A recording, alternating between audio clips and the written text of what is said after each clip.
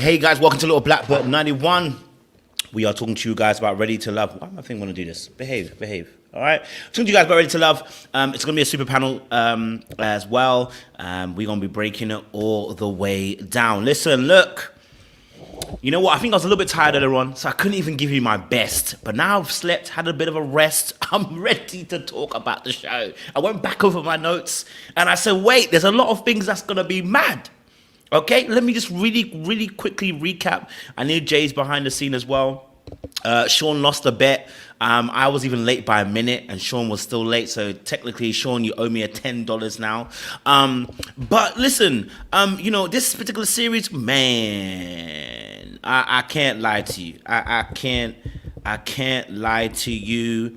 I think it's going to be explosive. I think it's going to be explosive. I think it's going to be excellent. I think it's going to be fun. I think it's going to be a lot of trouble that will come from these people and their relationships that they're going to start forming. Because honestly, you know, the people are crazy. I can tell they are crazy. Okay, all right. I can tell that they are crazy. First and foremost, you know, I said it before earlier on. Diamonte. He had to go. Okay, all right. If you can't remember why you had tattoos, but you told us you got 35 tattoos, you gotta go. Okay, I won't even waste much time on that. Okay, Kosheia, conceded. Okay, listen, sis. I need you to stop trying to break down people's walls in 2024. I need you to stop looking into my eyes. You are not the demon head master. Stop trying to woo me by trying to go deep, you know, leaning in and all that kind of stuff and that jazz. I need her to stop, okay? Leave me alone. You don't need to be looking into my eyes. Lauron, if I was you, I'd run. Because when a woman wants to lean into you and say, I'm going to break these walls because I want to break these walls down, trust and believe, okay, all right? Trust and believe that drama is coming your way, okay, all right? Drama is coming your way. All right, then we obviously have, Lauron. We're not sure if Lauron is a playboy, if he's a play man, whether he wants to play with man. I don't know. No, that sounds wrong. I'll take that back. But, you know, I was doing too much. You know, you just never get it. You're not really sure 100% with with Lauron because he gives you a little bit of like he's gonna be serious, and then he was very close to winning the game, but then he gives you a little bit of this play aspect too, where you're like, you know what I mean? Yeah. So I'm just like, yo, I'm like Lauron, you know, Lauron, you know, we gonna take a little rain check on him, you know. Okay, he's a little thickums. Pause as well. I know. You got. I really don't care about this pause. Honestly, I'll say it, and I'm, you know, I love women. You guys know already. But yeah, anyway, yeah, he's a little bit of a thickums. Him and William are the thick brothers together. You know what I mean? All right, pause again. You know, because I gotta say it. So listen, that's another situation there. All right. Then we have William the comedian. Let me send a link to JR as well. Then we have William the comedian as well, and I'll be honest with you. You know, William, I mean, what can we say about William? He's a comedian, and I thought it was funny that he wanted to open up a gun range and, you know, and for black women, you know, it was interesting. I find it interesting because I feel like it's almost like, you know, power to the woman and, you know, want to be part of the helping the black women struggle, but maybe this is Ready to Love. Ready to Love didn't really capture any conversation that was leaning towards there. Why does that keep doing that? Stop that. Okay. Ready to Love never captured any particular story of his, you know, that really lended to him actually wanting to support black women. I was asking myself the question: what was his motivation, or why was he so motivated to want to open up one of those things? And is he just saying that for the sake of saying that because he's talking to black women? Do you know what I mean? Like, is he pandering right now to try and get gal? Because it's like, if you say that, I'm expecting to see some passion, okay, about black women, okay, all right. So that's what I'm kind of saying. That's all.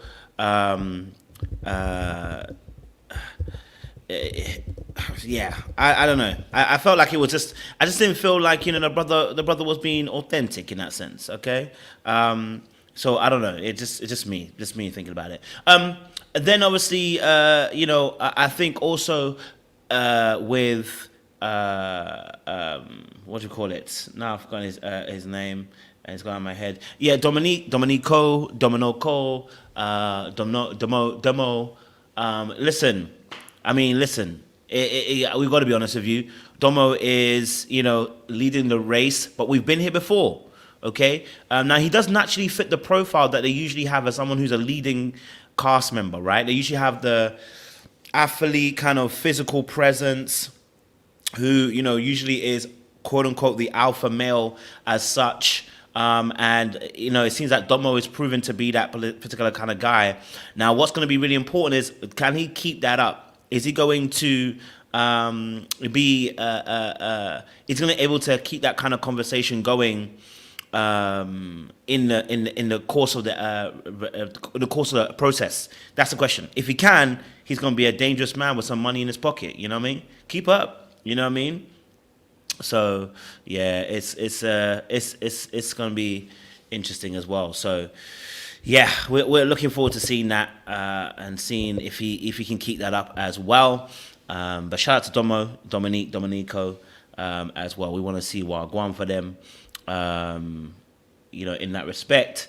And then Glenn didn't turn up. Nervousness kicked in. I have a feeling that's probably more part of storyline than anything. He might have been a little bit nervous, but I think it was more storyline. They're probably going to introduce him in the next batch of people. Maybe he wasn't ready. He didn't have the time, because we never really saw him necessarily come out the car. So I think it might be a case of that, he was going to be on the second meeting rather than the first meeting. It didn't feel like that was meant to be part of it. It feels like storyline. I can't lie to you. Yeah, man was so nervous. Man couldn't get the car and come out. Yeah. Okay. No, okay. All right. Yeah. No, I get that people get nervous in the presence of people, but you ain't even got in the car yet. Okay. All right, so yeah, that was my biggest thing there. And then obviously, I think that's all the men now. Will. So we have Will to another guy. Listen, to be honest with you, Will. I said this before, I'll say it again. Okay, I think Will could be a really good candidate. Will could be a really good candidate. Will could really be a good candidate. But the problem is with Will is he has no tact. Okay, why don't you have tact? Why don't you have a way of saying something? That for me is concerning. When people don't have a tactful way of saying certain things, they're on some bullcrap. Right? They're the kind of people who say, I just tell the truth. I'm all about the truth. Yeah, but when we say it back to you, you can't handle. You get what I'm saying to you? Yeah, when we say it back to you, you can't handle. To utter handle. Yeah, so for me personally, I'm not about that. So I want to see him in the next few episodes and see Wagwan. He did quite well in the challenge. I mean, he got 2 or 3, right? But yeah, we just need him to be. Not everything you think must be said in that immediate moment. That's tact and that's wisdom. Okay, that's tact and that's wisdom. Okay, all right. So that's another thing. All right, cool. Also, what was I going to say? What was I going to say? Sorry. Then there's the ladies. Mika. Listen, Mika. Milika.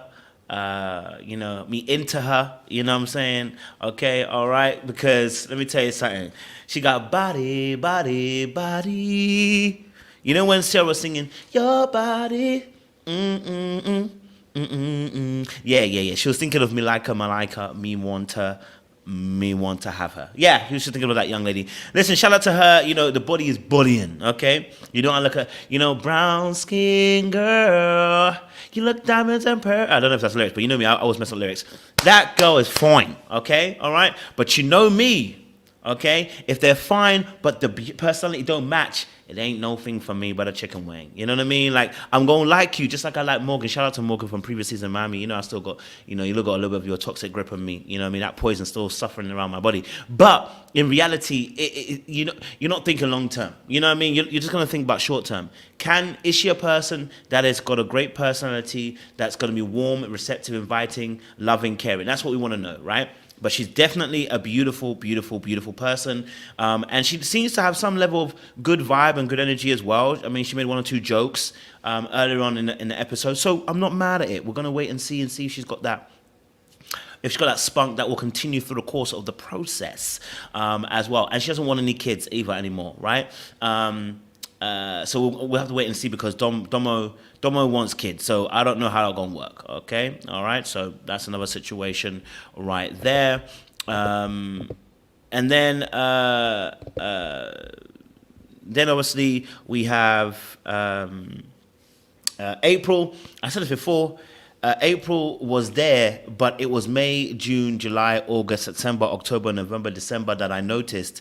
I didn't notice April. Okay, yeah, April came and went. Yeah, all right. April's meant to be springtime, but baby, there was nothing springing to mind. I can't lie to you. I don't remember her, and it's not because she's not a beautiful woman. It's not because I'm annoyed at her or anything like that, or I just didn't see anything.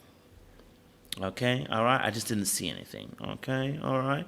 I just didn't see anything. All right. Someone said I should put up the photos. It's a bit late now. Okay, all right. And it means I have to upload it onto my screen and all that baby bobber. Okay, all right. So let me see if I can get that for you guys. All right. So you have to start learning, guys. You asked me to you need to start learning the names like I'm doing. I'm forcing myself. You have to force yourself too, guys. Okay, you want me to put a whiteboard up there for you guys to put names up behind me so you can see who the people are. You need to learn like I do. You need to go roll back the VT tape and start raffling it down. Okay, all right? Y'all need to start suffering the same way I'm suffering. You want me to make your life so much easier. I need you to go back and also watch the videotape again. Okay, some of us were watching it a couple of times. Okay, all right? You go and watch back a couple of times and get the names correct. All right? Some of you are telling me I'm not even pronouncing the names right. You don't even know who the person I'm even talking about. You know what I mean? Yeah?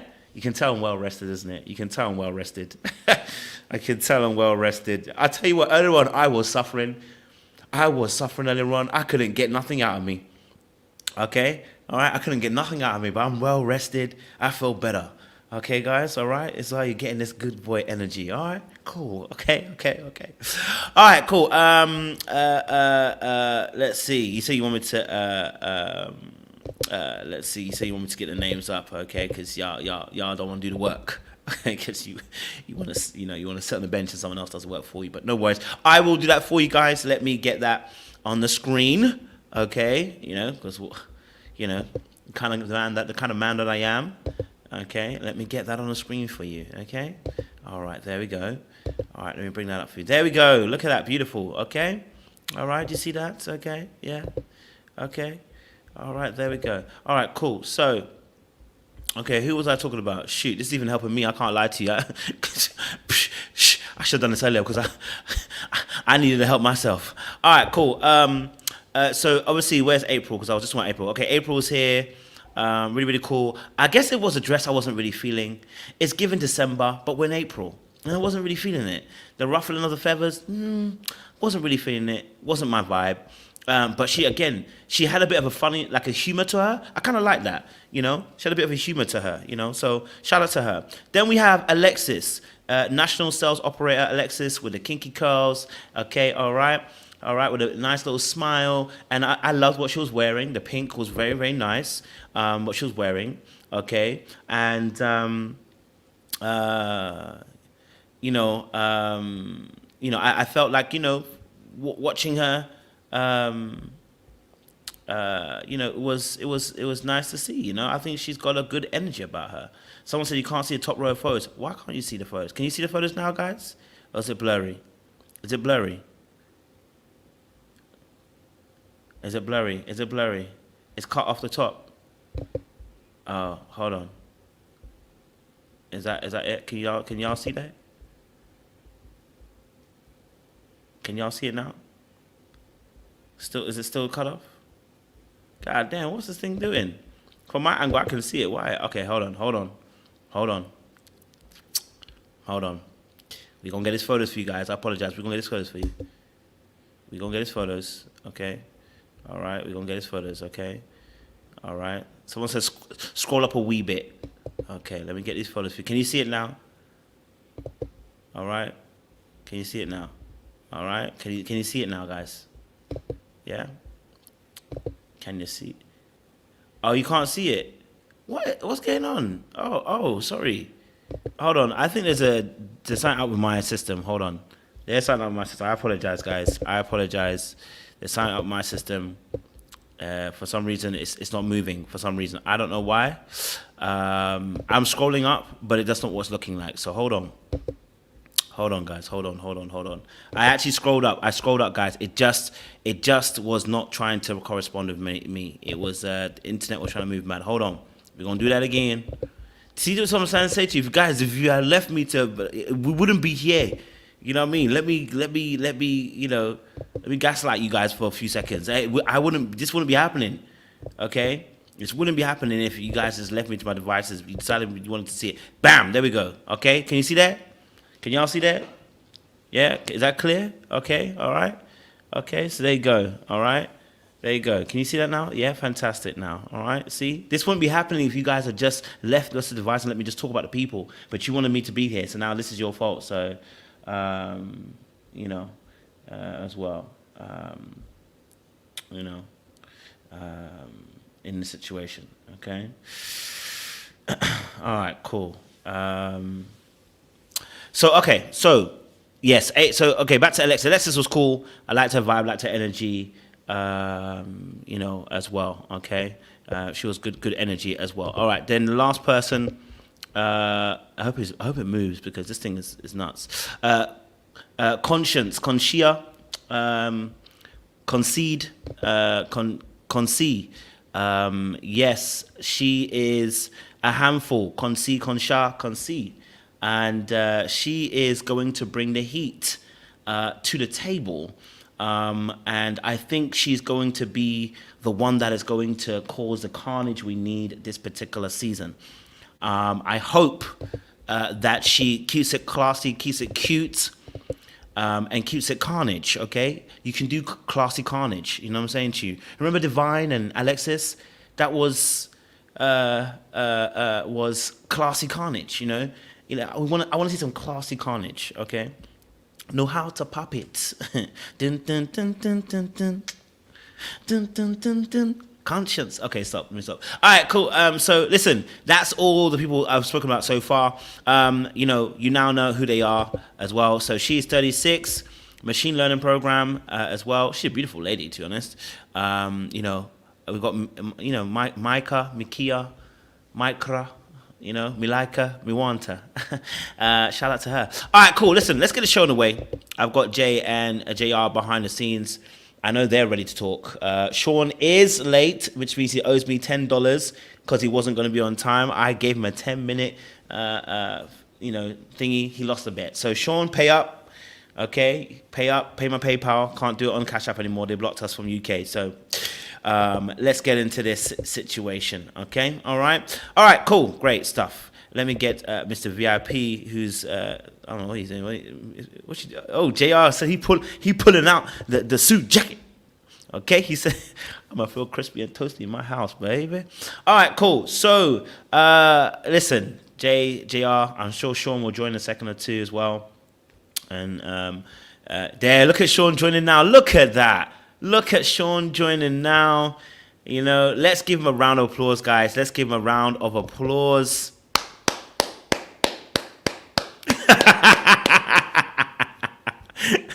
Not you being late when you're in the same house as Mr. VIP, huh? Y'all didn't get a moment together? No, run me my money. I was here right on time. Don't play with me. No, you You better run me my money. I had $10. You gonna owe me breakfast when I see you, bro. Nah, it's good to see you, bro. Good to see you. Listen, let's start the show. Listen, this episode was interesting, and I'm intrigued to find out. Is Sean frozen? I'm intrigued. It's a good photo, though. I'm intrigued to find out your perspectives on this. And get a different angle. So, JR, good seeing you as well, bro. JR, let me get to you first. JR, what was your thoughts on this episode? What did you garnish from this episode? Yeah, good evening, everyone, first of all. I kind of like the changes to the format, like introducing the first 10, seeing how they get on first. What I didn't like, though, is the fact that they eliminated someone who hasn't got to meet the rest of the cast that will be coming in next week before they kind of eliminated the dude too early. But yeah, like a mixed bag. You can see straight away who the ladies are gravitating towards, and you can see who they're not feeling. And I have to say, when I saw some of the ages and the occupations, that also like raised some concern with me as well. You know, that you got people 31 and comedians and things like that. It's not going to be sustainable in the ready to love format, because a lot of the ladies are looking for men who have established careers, right? And they don't want that instability as we've seen before. So yeah, a bit of the same, but I like the changes. Jay, what's your thoughts, man? First, I want to say, JR, you in witness protection like that man's 4 children? Because you missing like the 4 children. Are you the 5th? What's We going can't on even with see the the light. What's going on with the lighting? Okay, I can make it brighter. I got my spotlight right here. Oh my gosh. Okay, we starting off early with the mess, I see, because my girl Kosheia, I know this is Sean's little crush right now, but sweetie, she needs some help, and Sean needs some help too for crushing on this woman, okay? So she is out of control already. She is a strong personality. Actually, 3 of the 5 women right now is giving strong personality. So we're gonna see how this is gonna go. She ready to shake some tables and whatnot. People ain't paying attention to kids being in the picture. However, they could tell you they can lean in and figure it out. You figure that one out, okay? I don't know what Ready to Love is doing with these men. They don't show up. They show up and show out. They show up without jobs. I don't know what's happening. We got a lot going on. We got to figure out this new format. I'm not totally mad at. I was like JR. I'm kind of like, it kind of takes away from somebody potentially finding that person out of the other half. However, being that I feel like they're going to come in and have the same thing with the women, it's still kind of equal. But I do like it because it's less people for us to focus on at one time. So it's a little bit better, at least for our standpoint. I don't know about the contestants.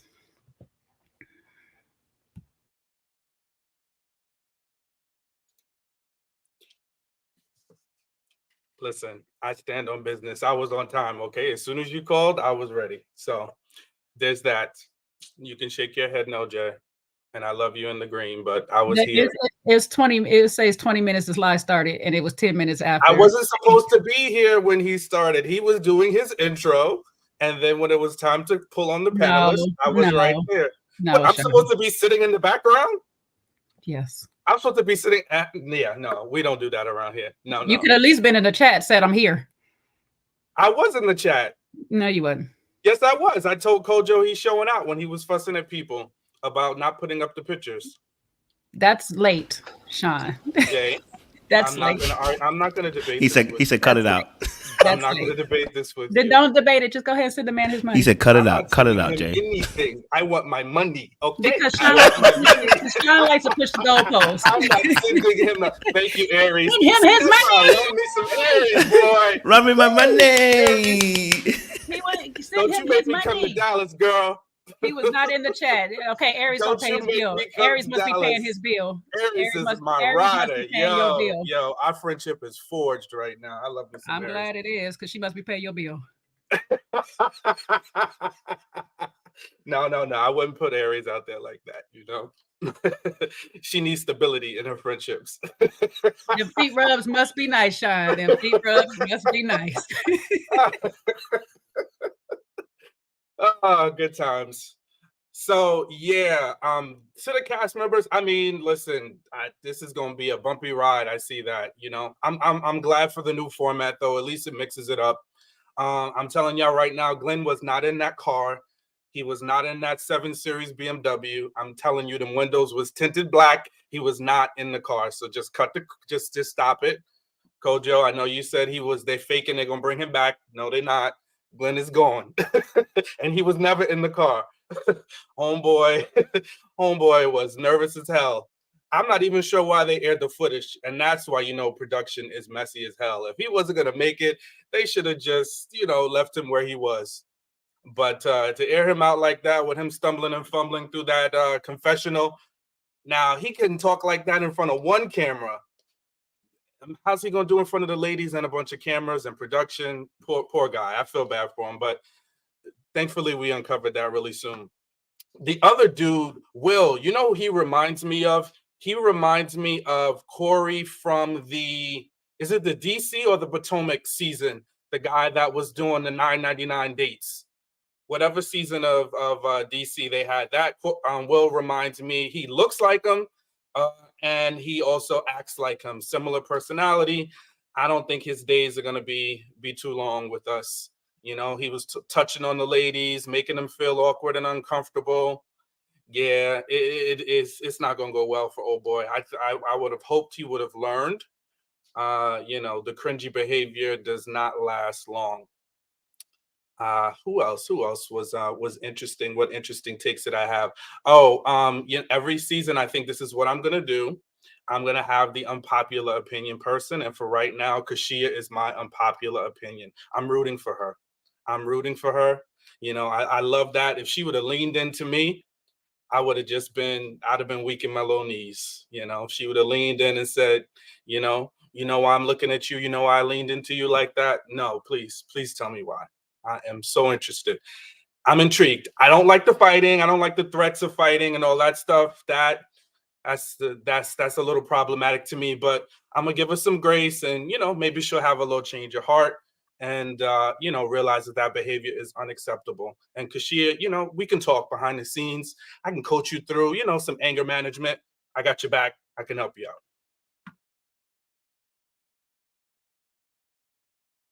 All Sean gonna do is test you at the final round. Sean is gonna be that final boss for your anger management every single time. You know, me and Sean like a little toxic queen, so I just couldn't roll with you on this one.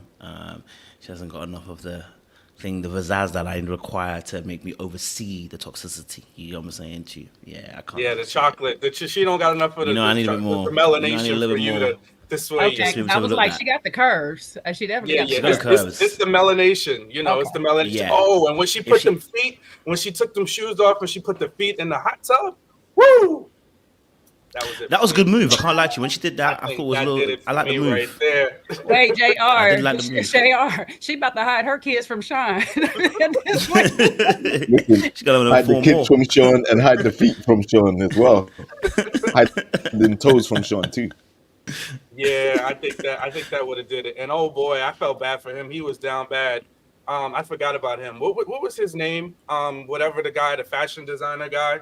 Oh, is it Diamonte? What's his name? Diamonte? Yes, that's it. So that's Diamonte. Once the girls, I think it was Alexis. I like her too. I like her spirit. But when they were at the table and she was asking him for fashion advice, no. Yeah. Don't you never want the girls to be asking you for fashion advice as a guy. It just puts you in girlfriend zone, friend zone. Yeah. I would have just said, baby girl, you look good just the way you are. Just the way you're perfect. Let's end this.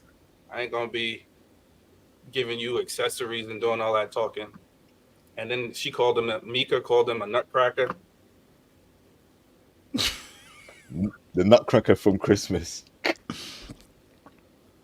Listen, if you're saying you're going to be backing, Conscience all season long, I am going to be backing Mika all season long, okay? No matter what she does, I'm going to be right behind her, literally right behind her, and pushing her all the way, okay? All right? Say these names again. Say these names. Mika and Conscience. It was Conscience. Conscience. Who's Conscience? Kosheia. Oh, Kosheia. I'm not sure which one of it, but it's definitely not Conscience. It's definitely not Kosheia either at this point. So let me tell you that now. You know what I'm saying? Okay, all right. And I thought her name was circumcised Mika. Before you know. I thought it was Mika, or is it Mika? It's Mika. What is it? I thought it was. I think it's Mika. Yeah, but he likes her, so it's Mika. Mika, yes, Mika indeedy. Okay. Oh, Aaron's got the phonetical breakdown. Kosheia. Okay, Kosheia. There you go. That's my girl. I guess it's Japanese. Okay. Okay, fair enough. All Concia, right, so let's ask that's that first. funny. Let's ask that first question then. Let's ask that first question. Yeah, Diamonte, Diamond. Why do you think he had to go first? Like, what do you feel like he didn't do correctly, or what do you feel like maybe he didn't do enough of that let him be let go? Let go and let God, as they say. And God parted the seas for him to walk right through and out those gates, because you got to go. So, what's your guys' thoughts? Why is it that someone said bad credit? That could be a reason why. What is it that you saw? What is it that you might have observed that you think that's why they had to let Diamonte go? Yeah, Jay, I see you ready. Go on. Well, What did you see? I think it was the bad credit plus him being a photographer and the fashion stylist is not stable. So that was a big turn off straight away for them. And then obviously they dissed his outfit too. So, like 4 major things. Credit's always going to be a bad one. And he didn't have enough to recover in other areas from what we saw. So, yeah, I'm not surprised he was going home. Actually, I'll tell a lie. I did think the comedian would be up there for elimination for sure. Because he's got like a couple kids and he's a comedian, so money's going to be tight with him. But yeah, right choice. Just too early. Just too early. I hear that. Jay, what's your thoughts on this, man? Diamonte, he had to go. Let Sean go first, because I'm gonna get a women's perspective. Go ahead. Ooh, okay. Sean, what happened to Diamonte? Why was he demoted? Well, I kind of mentioned it a little bit. I think, he was too talkative about himself, too much talking about the fashion, and not really getting to know the ladies. I think that just always, when you come in peacocking too soon, I think men, we have it's a fine line with us and like being attention seeking. And I think you have to have the right personality and charisma to back that up. If you're like a peacock, meaning like you really dress flamboyant and you wear things to get attention. If your personality doesn't match, a lot of women I've found just they're gonna feel like you're soaking up all the attention and it's too much. So he didn't have the personality to balance it, and he wasn't stable. The brother came in talking about he's a fashion stylist, whoop-de-whoop-de whoop-whoop-whoop. But then he only did 7 fashion shows, so it sounded like he was like newer in his fashion career. So I'm like, bro, maybe you should have just left that out. Like, is that what you're really doing? Is that a hobby? Is that a side hustle? Things of that nature. So I think that's kind of what messed him up. And I had to go listen to the replay, and I heard him talking about his credit. Yeah, we need to go easy on sharing. Let him know you first, bro. He needs to go to, Dusty 101, and you got to get him locked in before you share your information with them, especially if it's, your credit ain't where the credit needs to be. Yeah, you need to just don't give that all up at the mixer, because I'm wondering why he actually why he shared that. I don't know if one of the ladies asked him a question. I have a feeling production set him up with that. Someone was there going, ask him about the credit, and send him to the gulag in that respect. But yeah, it was a little bit early to probably say that particular. Especially if your credit isn't great, if your credit is amazing, then you say, hey, yeah, look, my credit's great. Listen, but I don't want to talk about that, But it's like if your credit's bad, it's like, yeah, no, I don't want to talk about it now. He doesn't win. Whoever asks that question, he never wins. Because if he doesn't answer it today, tomorrow is going to be worse. I can guarantee. Because once he says, oh, no, I don't want to talk about it right now, they're going to be like, in the back of their minds, going to be like, well, it must be bad, because if it was good, you would have said it. Do you get what I'm saying? To like, you don't win. So whoever asks the question, send him to the gulag. Okay, that person is bad mind for that. Okay, I don't know if it was production or whether that was conscience, again, being conscious about what she's trying to do and set him up. I don't know. But she opened that floodgate for him to be decimated. And because you can't ask that question. You know what I mean? Like, yeah, it's nuts. as well. So yeah, but yes, you know, having that level of bad credit at this age, you know, it's not great. In this particular environment, I think it is, when you're trying to put your best foot forward. Yes, Jay, give us the lady's perspective as well. I agree with y'all saying the bad credit in this late in the game is not always a good thing, especially when you don't have a job to compensate for the credit, the debt, whatever you got going on. That's one red flag. Two, you have rich man spirit on a poor man's mentality. Meaning you're coming up in here flashy dressed and all this stuff like that, but you ain't got your ins and outs in the background. Your count is not right. That's also a bad thing.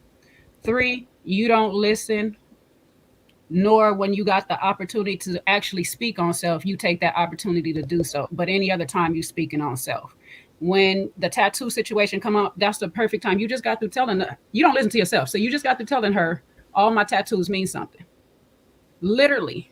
I can tell you what all my tattoos mean. Most people that get every last tattoo can have a full body cover up of tattoos and can tell you what every last tattoo mean. This one on my hand, I should be able to look at my hand and say, oh yeah, this one right here, I got this such and such, such.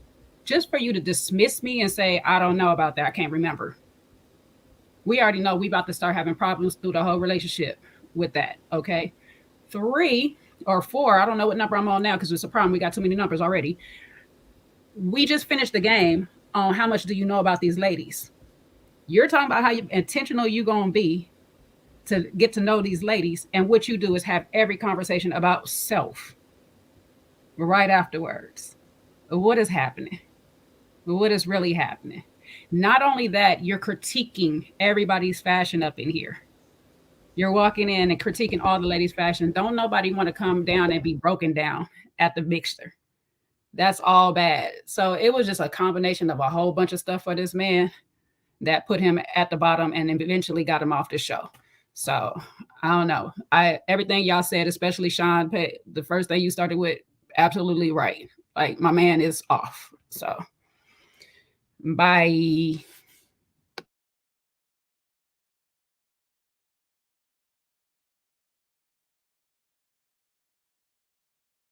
Yeah, listen, I think he was a little bit, I don't know. The energy was a little bit...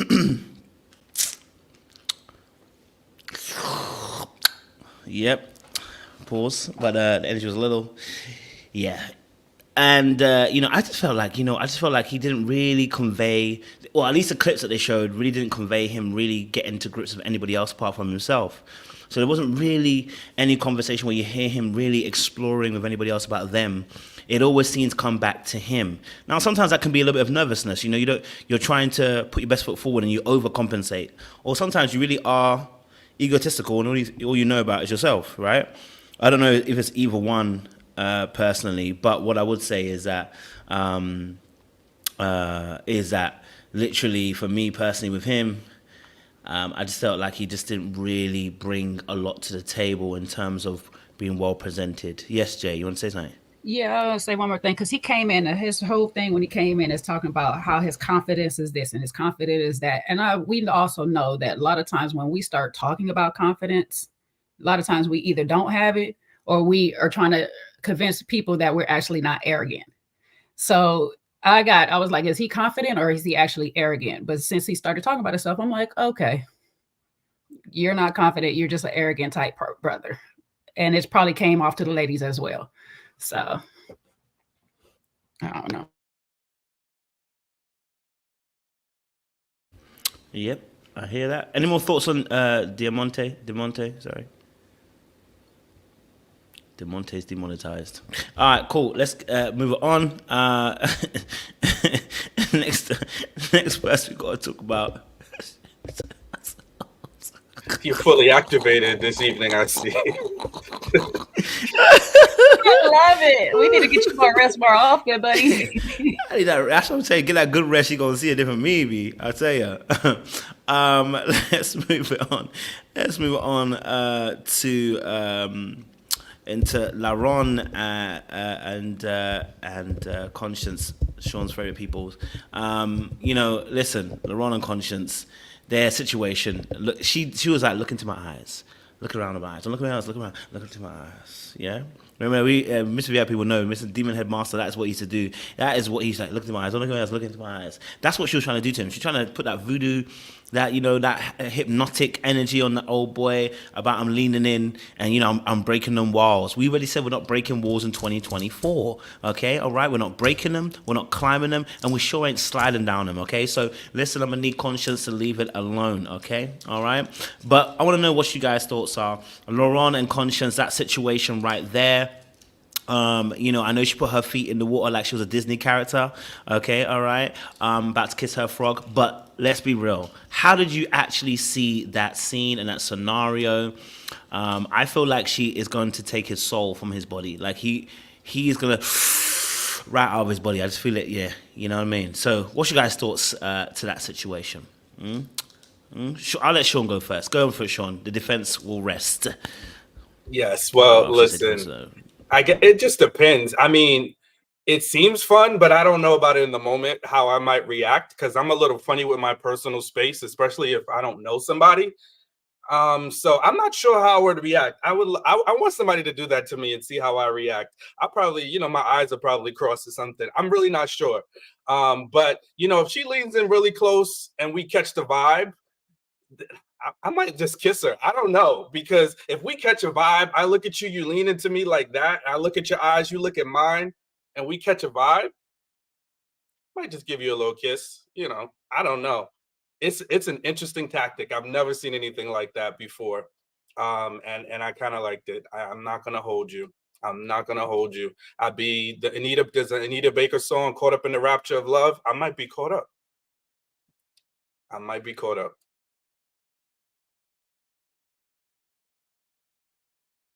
I hear you, Sean. If she leans in, you might lean in too. All right, and you're gonna find out she's gonna slap you and be like, What give you the thought that I was trying to kiss you? Yeah, that's the kind of girl she is. She's a game player.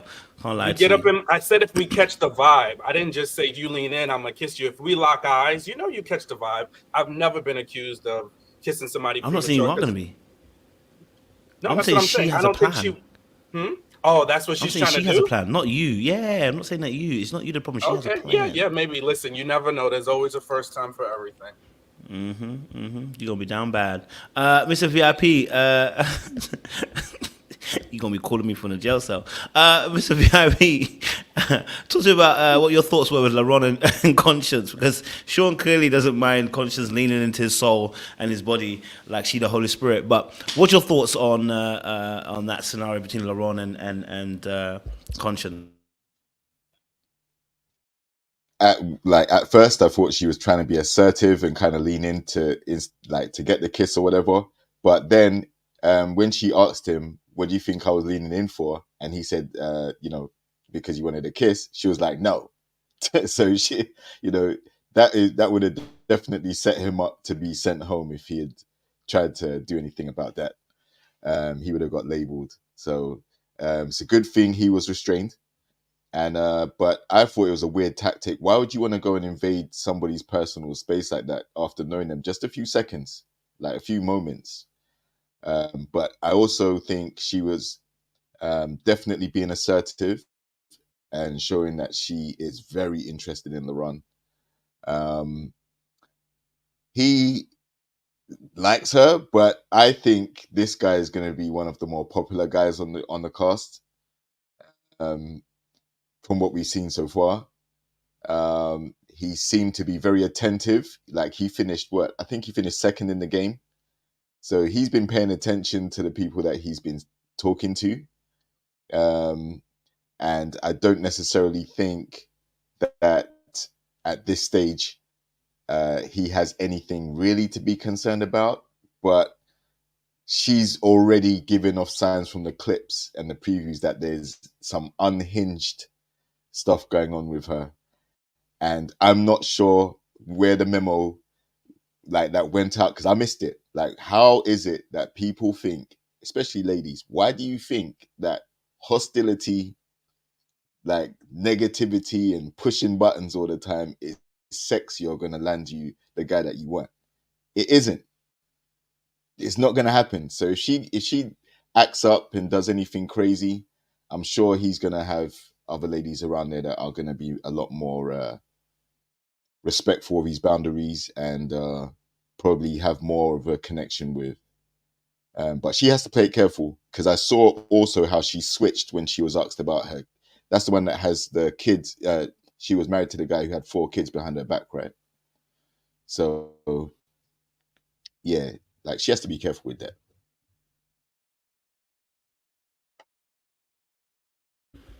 I hear that. Real Glenn. Yo, what's up, man? How y'all doing? But she's giving me Camille vibes, man. She latched on. She latched on to Lauron. It's like, this my dude. Don't touch him. Don't say nothing about him. Don't get rid of him. Don't do any of that. Don't say nothing. If she don't put a clause in. Coach did it. She don't put a clause. It's like, this is don't touch area whatsoever. And Lauron's like, yo, if she was gonna kiss him, he was down for it, because that's the type of guy he was. I think that's the one who was like, he goes to the club to just take pictures of pretty girls, right? So that's what he wanted to do. That's his lifestyle. He's a party guy. He's the club guy. So if she was gonna give him a kiss and she was gonna let him kiss him, he would have did it. He would have did it. So that's kind of, as I think Mr. V, like 30 minutes together, 40 minutes together, and you ready to kiss this young lady already? Like, bruh, there's something going on with you, and there's something going on with her. If she had allowed him to kiss her, with probably not even knowing his last name at this point, or what he does for a living. So there's some issues there, but I see some cleanliness, and she's already latched in, and she's in for the long haul. Don't vote against him. Do not try to put him out, because you're gonna have problems. You're gonna have problems, and she's hooked in after like one day. This is her top, and she's not going with anybody else. So there's some issues. You know what, Glenn? At first, when you said no, not Camille, when you said Camille, I was like, no. By the way, congratulations to them. They are engaged. But it reminds me of the time when we met Camille in DC. And I think I maybe this is something to examine, Jay, and you've been saying it. I need to look into this. I think I need some help, because I remember when we met her, and she like, I was like hot on her all season, just like, calling her out for her behavior, rightfully so for the most part. And she stopped me, and she was like, it just caught me so off guard, and I was like a little puppy dog. So yeah. She won me over, and I left her alone ever since. And now I'm just wishing her well.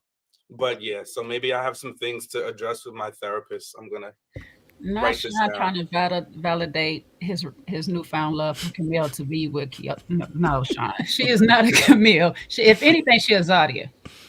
If anything, she is Zadia. No, if anything, she's a Zadia. And why I say this right now is the way Zadia was on Cam, the Lulu, telling lies to herself or whatever and stuff like that. The fact that you can have a whole husband and not meet one child is a whole problem. Okay, so my girl is not a Camille. Camille definitely gonna do her due diligence to figure out if you got some kids in the background real quick.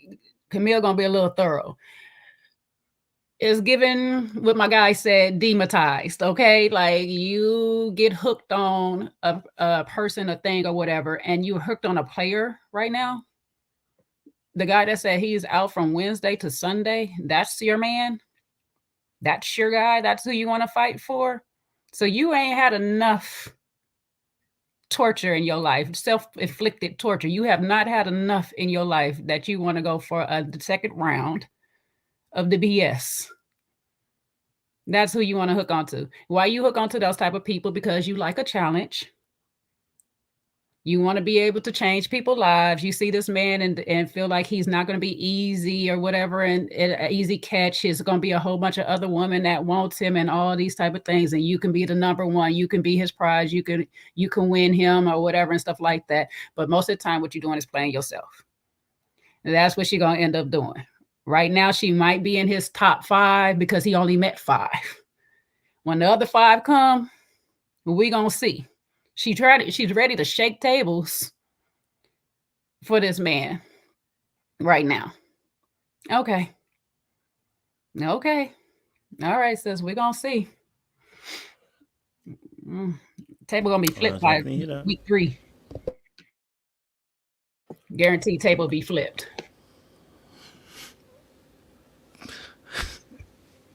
I hear that 100%. I hear that. What's your thoughts to Lauron then, guys? You know, like he said, I was someone's put in a chat. He said he partied from Sunday to Wednesday. You know, he's a bit of a party boy in that sense. Whatever. What's your thoughts to him? Serious candidate, not serious candidate? You know, can we see him going far? I mean, he seemed to be attentive to the ladies at least. I mean, he was in the competition. He got like 7 answers or whatever as well. So he did quite well in that respect. But what's your thoughts to Lauron then in the situation? Well, Sean, I'm sorry. I think Lauron is definitely. Oh, No, go ahead, Jay. I think Jay was first. I was gonna say, Sean, sorry, because if he stays hooked on to Kosheia, that might be his ticket. She might help him to the promised land. Because my man said he don't know where to find the women's at. Yet he was in the bathroom with 2 of them in his little behind the scenes promo thing. So I'm like, you don't know where to find the women at, but you at the clubs from Wednesday to Sunday. Okay, I forgot what this man has done in real life. Listen, but he did say he looking for a woman to keep him in the house. He liked Kosheia because she was a Southern type that looks like she can bake and do all these other things. I don't know if her attitude would keep him home. However, some other assets she might provide might keep him in house a little from. He might keep him in house Wednesday and Thursday, but he might still be out in them streets Friday, Saturday, and Sunday. So he'll be looking for his weekend. Don't worry. Yeah. Listen, he's fully living that single life, and the type of ladies that he's meeting in these clubs, they ain't the type that he's looking for in terms of relationship. They're just good time girls, right? That's what I got from it. So when he's in the bathroom with the 2 ladies making videos and stuff like that, yeah, fun times out there mingling, meeting new ladies and stuff. But he knows deep down that if he does want a relationship, he's gonna have to turn that completely off, because no girl is gonna want to have a relationship with a man that's out partying 5 days of the week. That's crazy. Some will have a problem with you being out the house once or twice a month. You feel what I'm saying? They want you to be all about them. So, yeah, I just think he's been living a single life. I think it was very candid and very open of him to say, look, he hasn't found, the type of lady he's looking for, which is why he's out there playing the field like that. You know, it's common, right? Sometimes it takes a very special lady to come into your life in order for you to be like, you know what, I'ma just lock it all down and I'm gonna dedicate all my time and attention to this one lady. But the downside is, if she mismanages that time, you know, then you're gonna force him back out onto the clubs again. So I think he needs to definitely do some due diligence and not fall fast into a situation. And, you know, take his time to get to know some of these ladies, the ladies he hasn't met yet. Like, they still stand a chance. Don't get locked into my girl trying to put the whole serpent lady stare into his eyes, you know. What's her name? Gorgonzola, where her name is, trying to hypnotize him. He's got to definitely make sure that he, you know, enjoys the process, because it's going to be hard to come from that party life 5 days a week and lock it down into a relationship. You called her Gorgonzola, JR? A whole cheese? Yeah, like I forgot what the serpent. What's the lady with the snake head and all of that hypnotized the guys in Roman times? Medusa. Medusa. That's it. Yeah. Yeah, Like, so, yeah, like I that said whole Gorgonzola. Medusa tip, like, Gorgonzola. yeah. Like, but you know, like, that whole hypnotized. I can see why she's trying to do it, to try and break the ice and get close, but it was just an off-key tactic, and I hope he doesn't fall for it. I hope he doesn't do what Cornelius does and get trapped and get locked in early, and you can't enjoy the process. That would just ruin it. I don't want him to do that. I want him to definitely go out and try the different ladies. Yeah. How you done got on my boo, Kosheia, and we supposed to be talking about Lauron? You found a way to talk about my baby girl. No, but the thing is, You know how JR locks in. Once he looks LeBron, in, he can't stop. Listen, He LeBron said 2 words about old boy, the but he object is of her unloading affection clips on my early, baby right? girl. No, but I'm saying she's locked in on him early. So I'm saying, listen, he needs to avoid all of that and try and not have tunnel vision and date the rest of the ladies. That's all. I'm not firing on your homegirl. Like, I'm saying that he should enjoy the process. Don't fall victim to it so early. That's my point. He is a party guy. I don't think there's nobody on that show can stop his behavior. I mean, if you're doing this from Wednesday to Sunday, and I think that's my ask what his job was, assistance operations. That's what they put. All right. That's what he enjoys. There's no woman's gonna stop. There's no woman who's gonna stop you from doing that. Especially not here. He's not ready for love. He's here to just have a good time. He's here to mix and mingle, see who he can mingle with. And when he meet the other 5 women, or however, I think it's the other 10 women, he's gonna find somebody else. And that's what he's a playboy. We already had 2 women, right? So he's looking for options. He's looking for choices. So and he's just waiting for the right choice to come along. And when he finds that right choice, he'll leave Kosheia alone.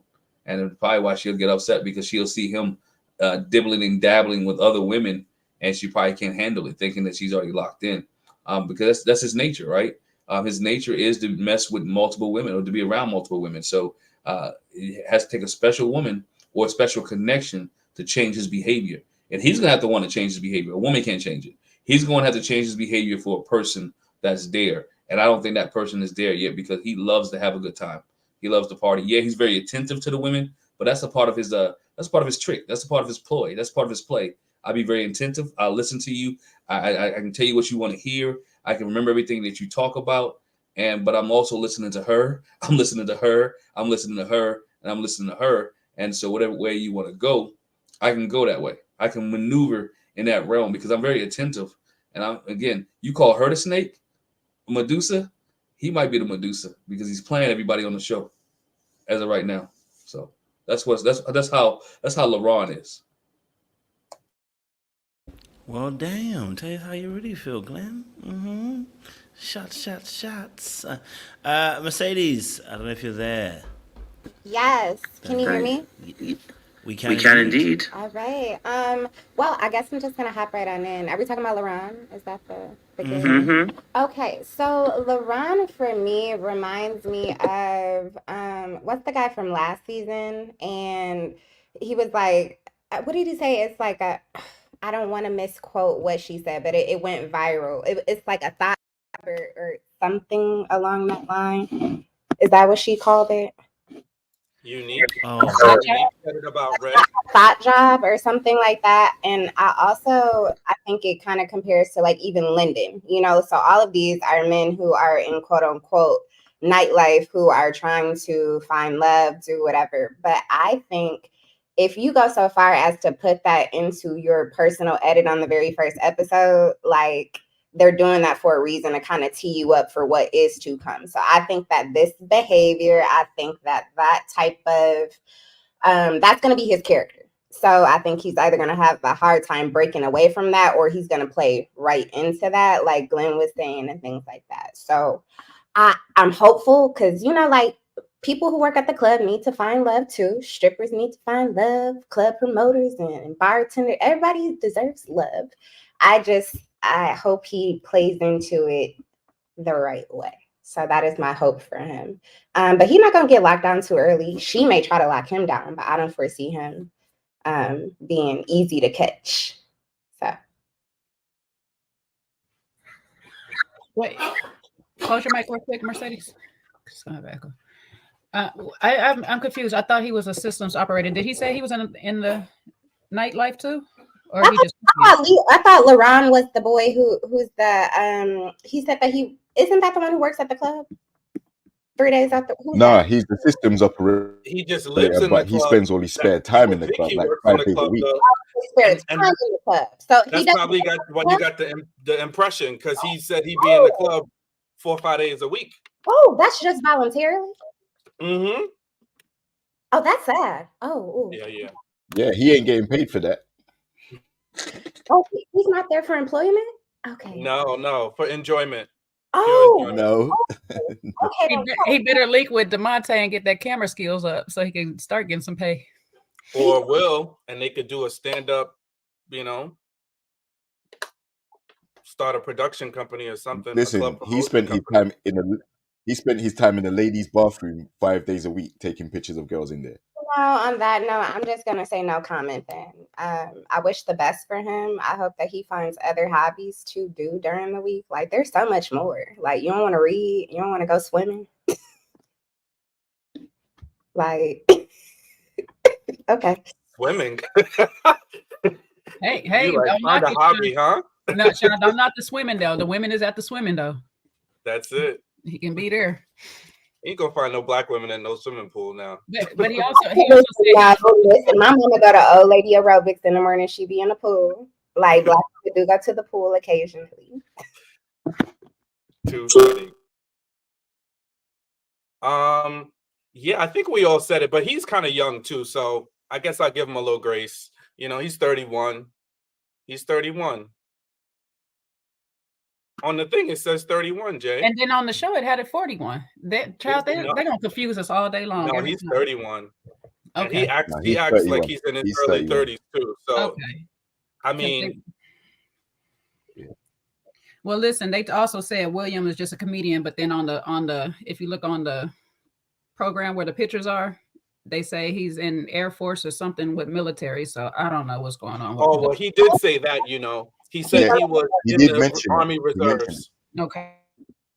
Yeah, I also saw somewhere where he's a financial analyst as well. William got multi jobs. And he wants to own a gun store, right? And Yeah, he has ambitions. Oh Lord, I done upset the black women swimming delegation. All right, y'all, I take it back. Okay, black women love to swim. They We love actually to get their do, hair wet. Sean. You see me in that pool. You see me like a fish in that pool. Actually, every last one of us was in the pool at Jamaica. How dare you? How dare you? No, y'all wasn't. Y'all had your feet in the pool. No, we was Y'all fully wasn't in that swimming. pool because we was at the bar drinking and everything. The pool bar. I don't remember anybody's head getting submerged, but I understand. Mine was all in the ocean. Okay, but just of the pool and water. Have y'all ever noticed the difference between a quote unquote majority black pool party versus a different type of pool party? Thank you, Mercedes. Thank you. We do.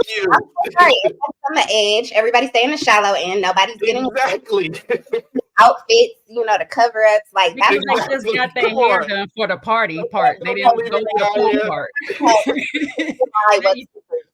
Well, we know them parties don't just when the pool, everybody get out the pool, everybody go home. We know that the party continues for the black folks. So we ain't be damned. We don't have our hair messed up for the rest of the party. We were in a whole island, and I think Jay was the only one that got fully submerged in the water. No, I take that back. Kat did as well. Kat did. Okay, but all of us was jumping off the boat, Sean. Every last one of us was jumping off the boat, but 2 people. Who? Me? My sisters, yes. Kojo, are you a black woman, Kojo? Kojo in the shadow. Kojo in the shadow wasn't. The shadow wasn't, okay. Anyway, did not jump into that water. Oh, yes, she did. I stand corrected. Yes, she I did. stand corrected. She sure did. She sure did. My sister even switched wigs for the water. Hey, I love that swim wig, Dre. I'm gonna send you this picture. My friend got a swim wig too. That's a real thing. Like, it's a whole vibe. But y'all right. Wow. If we just do party, we ain't getting in that water. Where's it? Waterproof. But yes, please. Waterproof. So if anybody watching on the replay, don't at me, don't put no comments, don't tell me I'm making us a monolithic society. Yes, I do know black people swim. I know black people, are Olympic swimmers. Yes, I know it. I got it. Thank you. So moving it forward then, since you guys have exhausted Lauron and Conscience, let's shift it on then. We're staying in the Conscience community. She had a conversation with Will, and Will was asking her questions about the 4 children that were suddenly appeared like Houdini had matched them up in a marriage that she was in. We certainly need to know more about the story and what entails, but I want to be able to know what's your guys' thoughts. What's your guys' thoughts to this situation? Because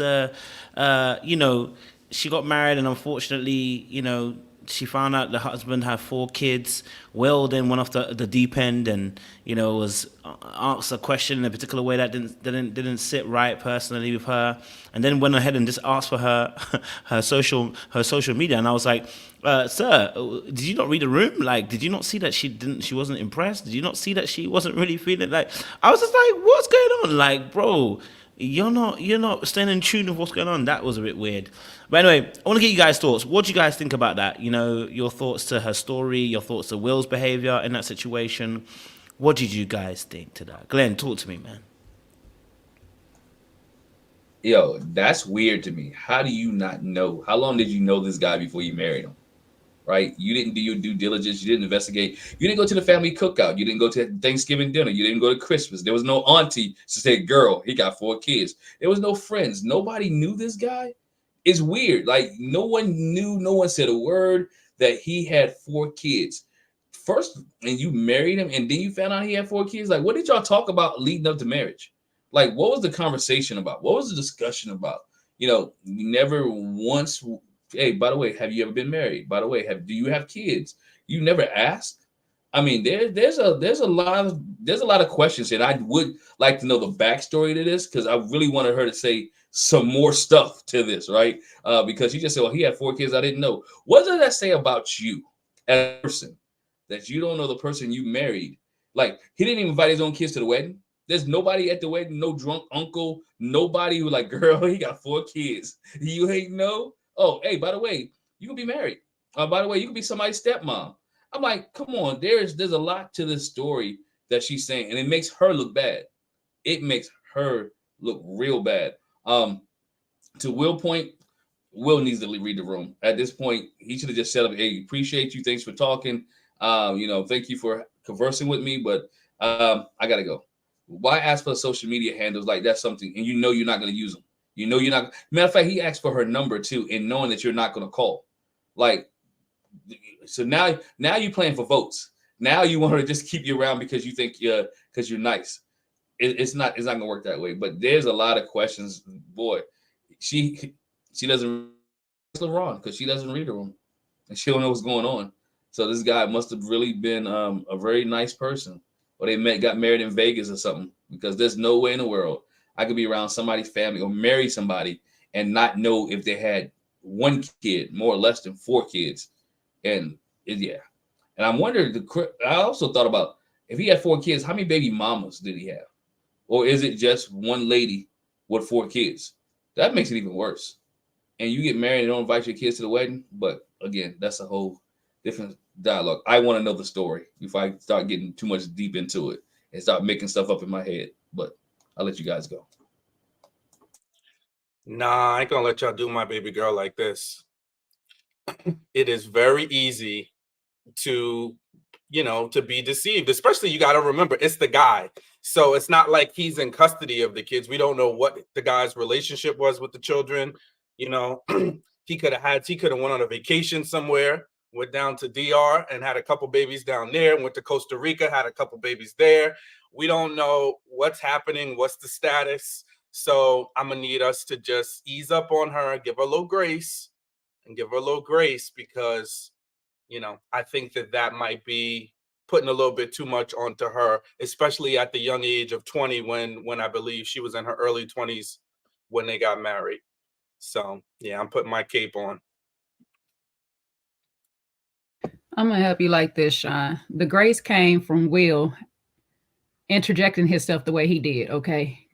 Because there should have been so many other questions asked, except for him sitting there saying that she was demonetized. Listen, I thought the same thing too. I would never tell her that. I might even ask, was the D that good, girl? But however, there would have been so many more questions I would have had to ask. And I fought Will, so she's getting this grace because we don't have those questions answered. I fought Will for not taking that opportunity to find out more and how she got into this position. However, I cannot be trying to give her that much grace when she thinks she knows so much that she can lean into a person and ask them, you know why I leaned into you? Huh? You know why? Because I'm observing, I'm seeing all these things. Like, okay, now I give her this. She might have learned from that prior mistake, because she, sure enough, did not want to give Will her number. The man had to snatch her phone out her hand and put it in herself. I hope she pushed block after he finished putting in his information for the Instagram, the phone number, everything else. I hope she blocked every last bit of it, because her eyes was definitely saying block. She was rolling the hell out them eyes when he was doing it, because I was just like, are you serious right now? I don't even know if the story is true. She could have just been telling Will that story to get Will to leave her the hell alone. So, like I said, Will dropped the ball. So that's the grace I would give you, Sean, with her on this. But if this is a true story, sis, the only grace I can give you is that man lives in a whole nother state. His baby mama is in Ecuador or somewhere else. Like, she don't even live in this country, because I'm not getting married to nobody and I don't meet his family, and his family don't put me in on anything. I'm good for getting in with your mama. Your mama gonna definitely tell me all your business. So what if the mama don't know? Lord, this man must be in and out of prison, and every time he get out, he make a baby, because that's the only way his mama is not gonna know. Okay. No. And I'm just curious, because she do have kids. I wonder if one of the kids is his, and that's how she found out. So I'm really mad that Will dropped that moment, because she was sharing that, and I'm really mad that he just didn't pick up on that to go further so we can get more. So the grace we'll get, we don't know right now what the story is. Yeah. The reason why Will didn't go deeper with it is because he ain't that serious. He don't care about none of that. He just heard what he heard and immediately just jumped to the most crass situation, right? But listen, let's be real. Ladies, I'm sorry to say it, but you are known to snoop and use that as part of your due diligence or whatever it is, your discernment. You're quite nosy at times. And for a guy to hide 4 kids, yeah, it's giving that she never even went to his house too much. Because you didn't see any family photos. You weren't around him when the phone rang. Yeah, you didn't go to any family functions before you got married. There would have been 4 different birthdays, at least birthday parties, things like that. Schooling. Oh man, there's so many different things. So yeah, I'm not really sure if that story is 100% true. She could have just said that to ward off unwanted attention and shut down the connection early. I doubt it. I'm gonna probably lean towards the fact she was very naive or gullible, and if she was snooping, she's a very poor detective, because it took till after getting married to find that all out. So that's not a good reflection on her, no matter who wants to put the cape on for her or not. Like, she has to have some culpability in that too. And I think him asking for the socials, he knows damn well, like, he's not going to be hollering at her to linking or like anything like that.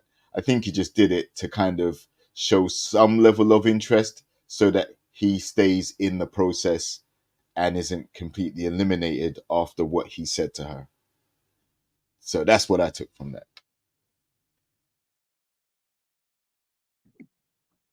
So I know Will, and JR, excuse me, you're right on. He's a Florida boy. So what you have to understand are that they are very straight shooters. So his response, I'm not surprised by. His quickly identifying that she's not going to be the one for me happened. Like, all of that transpired within those 10 seconds of that statement, because again, he doesn't have any children. He wants this perfect, picturesque type of life. If you honestly sit down with Will, he's a God-fearing man, so he's gonna want the whole fairy tale.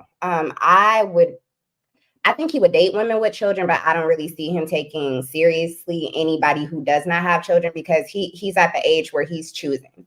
He has money, he has businesses, things going for himself. So I really don't see see that in a real sense. I think he might mess around or talk to, but I don't really see the person that he's going to marry having that type of setup that she has.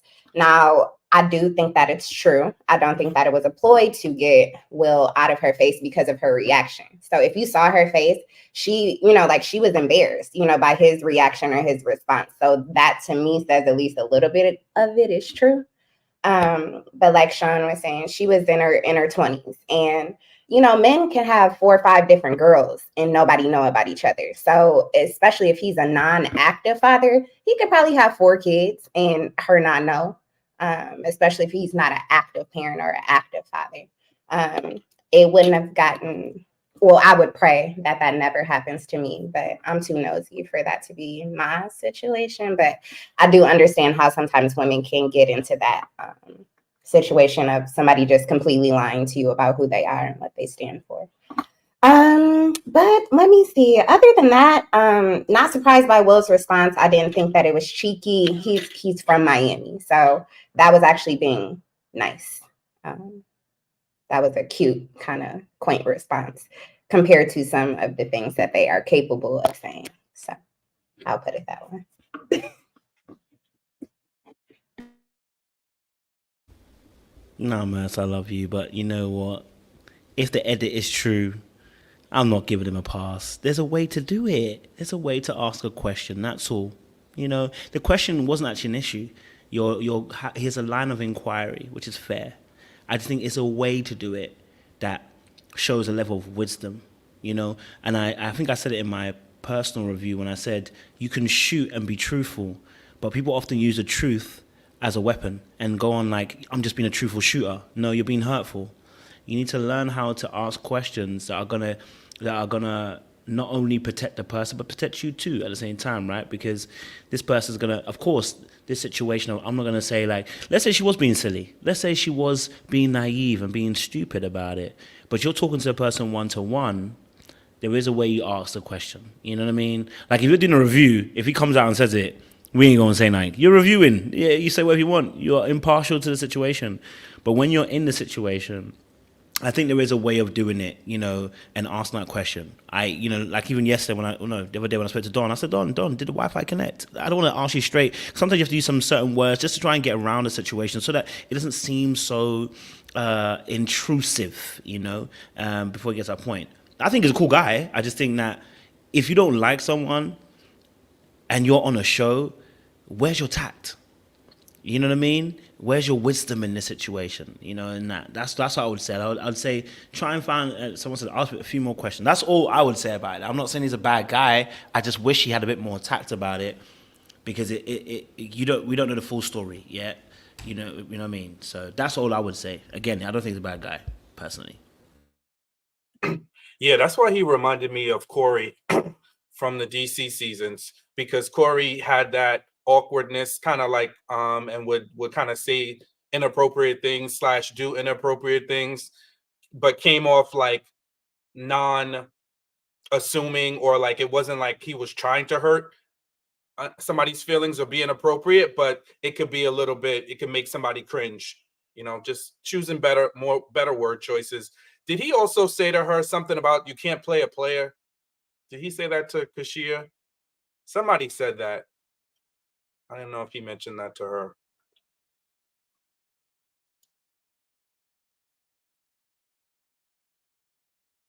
Who wants to add? I think Merc, you wanted to respond. Merc, go for it. Yeah, no, absolutely. I was just going to say, of course, there is a way to talk to people. Like I can say the same thing 3 different ways on an airplane and I'm going to get 3 different responses. But I believe it was JR's point, he doesn't like her. So he offered her none of that decorum. He offered her none of that extensive vocabulary and to speak with her with kindness and grace and to be kind when I can guarantee he probably asked her off as soon as he heard that. Like he's a kid. Like look at his face. It was like his face dropped. Everything was real time. So for me, I agree. He should have ask more questions, point of inquiry, dive a little deep. Let me get in a discovery phase. But if I don't want to discover anything, because it doesn't matter what lies behind that, she still has the package that she has, and he didn't want that package. So there would be no need for him to dive deep.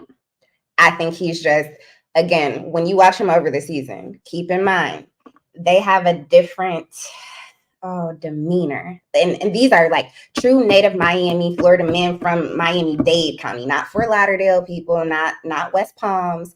They have a interesting way of communication. So I would just say keep that in the back of your mind, because he's probably going to display a lot of that later on. Okay. I'm with you on the fact he might not like her. I'm with you on the fact that because he might not like her, he not going to use no couth or no tack or whatever and stuff like that. But to sit here and stop the whole conversation, just be like, put my number in your thing. What's the point if I don't like you? Why do I need your number if I don't like you?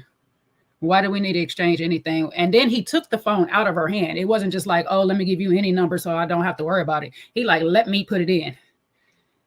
Why do all that?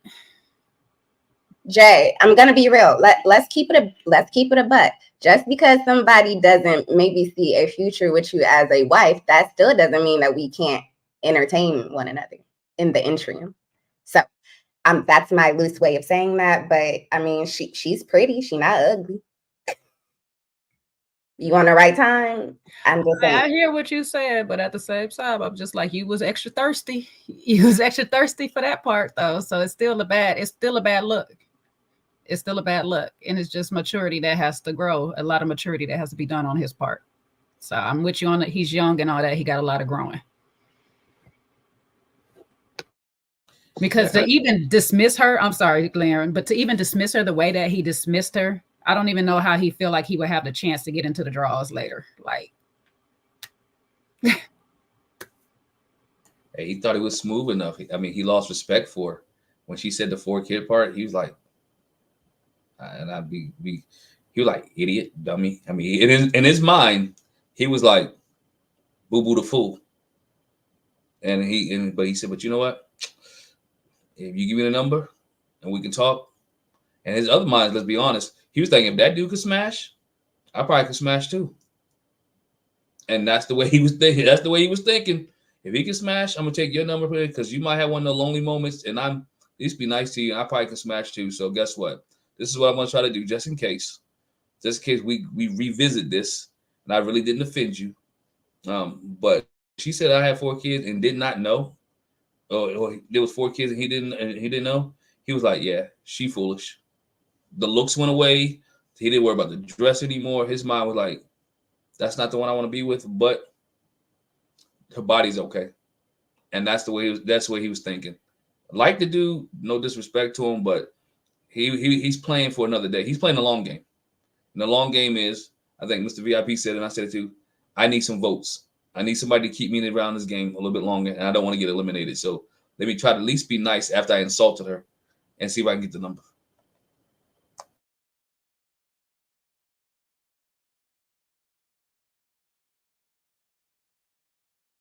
It's a mad one out here. I definitely hear you. You know what I mean? I do definitely hear you. I just think to myself, if he didn't like it, then he shouldn't have taken a number after. Like, you know what I mean? It's just dumb. Like, I think to myself, if you're gonna play the game, play the game. You know what I mean? Like, if you insult someone and then try to play, I'll be fair to him and say that after you ask a question, it does cut. So there may have been other questions he asked after. If you watch it, it does cut. So they might have cut off the rest of the questions that he might have asked. But even if it does, at the end, when he does take her phone, her face is telling you everything. She actually she breaks the fourth wall and looks into the camera and is like, what is this dude doing? So whatever he asked after didn't recapture the moment that he thought he might have had to get her number. So I just think to myself, like, again, you know you're on a show, okay, all right? People get eliminated, okay, all right? And we absolutely agree that as men, we have dualistic agendas, right? If you thought to yourself, okay, she can't be wifey, but maybe something can happen here and you can get physical, then maybe you need to think about how I'm going to talk to you a little bit. You know what I'm saying? Like, maybe not insult you at the beginning, because that just may be making it a little bit difficult for us to make it work later. And I think then taking her phone and everything like that, it just showed that, again, like, I said the key word again, tact is what is important here. Because not only do you not want to offend her, not just because the fact that you don't like her, but because you're on a show and you need votes. You know what I mean? At least have a decent conversation. You don't know what she's going to say, and take it back to the rest of the ladies. You know what I mean? Like, I think you have to think long-term strategically as well. I just think that he didn't think long-term strategically in that moment. You know, and unfortunately, that, you know, when he did that, you know, you could see her face at the end. She wasn't impressed when he took her phone and a number. But that's not to say that she ain't toxic enough to go back after and say something. You don't know. But that ain't to say that nothing might not happen after. I'm not saying that at all. It could. You know, people have turned around worse situations. So, you know, let's not leave that out there and say like it can't happen. I'm just saying maybe it might not have been the best choice to have done that in the first place. But any other thoughts on Will and Conscience before we move it forward? Because she know how to pop it. Oh, okay. All right, cool. We'll move forward. Let's talk then about another Will. Well, actually, no. Will and Alexis. Will and Alexis had their good conversation. I want to get your thoughts on their conversation. She also let out some information which, quite early on, someone might say might have been oversharing. Some might say, well, it was, you know, she was just being open and honest. I want to get your thoughts as well. What do you guys feel? Do you feel like it was too early for her to say about her autoimmune disease, or do you think it was within the construct of the conversation, it was in the flow of the moment? Will didn't seem to be fazed by it. I think he liked her anyway, so that obviously didn't make much of a difference. So I want to know, you know, what your thoughts are, guys. What's your thoughts on this situation? Who wants to go first? Who's ready to shake it? So none of y'all want to move. Thank you, Merks. Thank you. Go for it, Merks. And okay, so I initially really liked them. I think that it was one of the more organic kind of conversations that we saw today. But Alexis kind of doubled back, if you kind of heard her confessional, where she pointed out things that she didn't like. So I think that this may be one of his options, but I don't necessarily know if it's going to materialize into anything. Just because she made some comments that kind of contradicted their initial, like what we saw. But I thought it was cute. I thought they had a lot in common. And I don't think that she overshared. I think that especially when it comes to diseases that are going to affect your relationship, I think that you should be as upfront and transparent as early as possible, just because people deserve to know what they're getting into. So I don't think she overshared. I think it's a part of her story. I'm sure she had to go through a lot with that. But I like her and Will right now. So I'm a fan. Thank you, Merks. Who's next? Yes. I'll say I'm torn between the overshare situation only because if she's not comfortable with divulging information or whatnot, I think you shouldn't share it right away, especially if you're not sure about the person. However, I will say this much about Will. Will must have this ability to make the woman feel very comfortable to share such information around him. So that's possibly a plus. They did have good banter going back and forth between the two of them. I'm not mad at I'm not going to say I'm mad at the sharing, because like I say, if you're comfortable with it, whatever you're sharing, you don't feel like it'd be used against you later on, or it's not going to hurt you later on, share your piece. That actually helps you weed out if the person is going to be for you or not. For right now, these two do seem like they're good running for each other. They seem pretty interested in one another. The conversation flowed really well between the two. They joked really well with each other. So we'll see where it goes with it. But like I said, I'm a little torn on it. You know, I just feel like if you have information, like you gotta STD or something like that, when we get to a space of trying to go there, then maybe that's when you share it. But I wouldn't share it too soon. But this is a health issue. Of course, people might pick up on how she's eating or whatever and ask the question, which leads to her saying why she has it or why she's eating a certain way. So I think it's just all in the context of the conversation. Yeah, I agree with Jay. I think the conversation was good. It was flowing. Will has a way of them opening up and having that conversation, and she was willing. I think her sharing it early is good. It allows him to make a decision, right? Allows him to make a decision. Do I want to take this on or not want to take this on? As we indulge in this relationship, also helps him make a decision. So when we go out, if I take you out to eat, I know where to go. I know how to plan dinner. I know how to plan a meal. I am not taking you to a place where you can't eat or be comfortable because you have this disease or you have some health challenges. And so, it gives him some information. It gives him some options. And I think that sees how serious she is about, I don't want to say playing this game, but being a part of this process. Being a part of this process by allowing someone to make a conscious decision. I'm giving you what it is about me. So now put it back in your court to make a decision if you want to be with me or not. If you don't, if you can't handle it, I understand. But this is me, because you're going to get this. You're going to get the fact that I have this condition when you're dealing with me. So I just hope it doesn't become a story out the whole season where it's constantly they play on it and stay on it, but just something that she shares and moves on.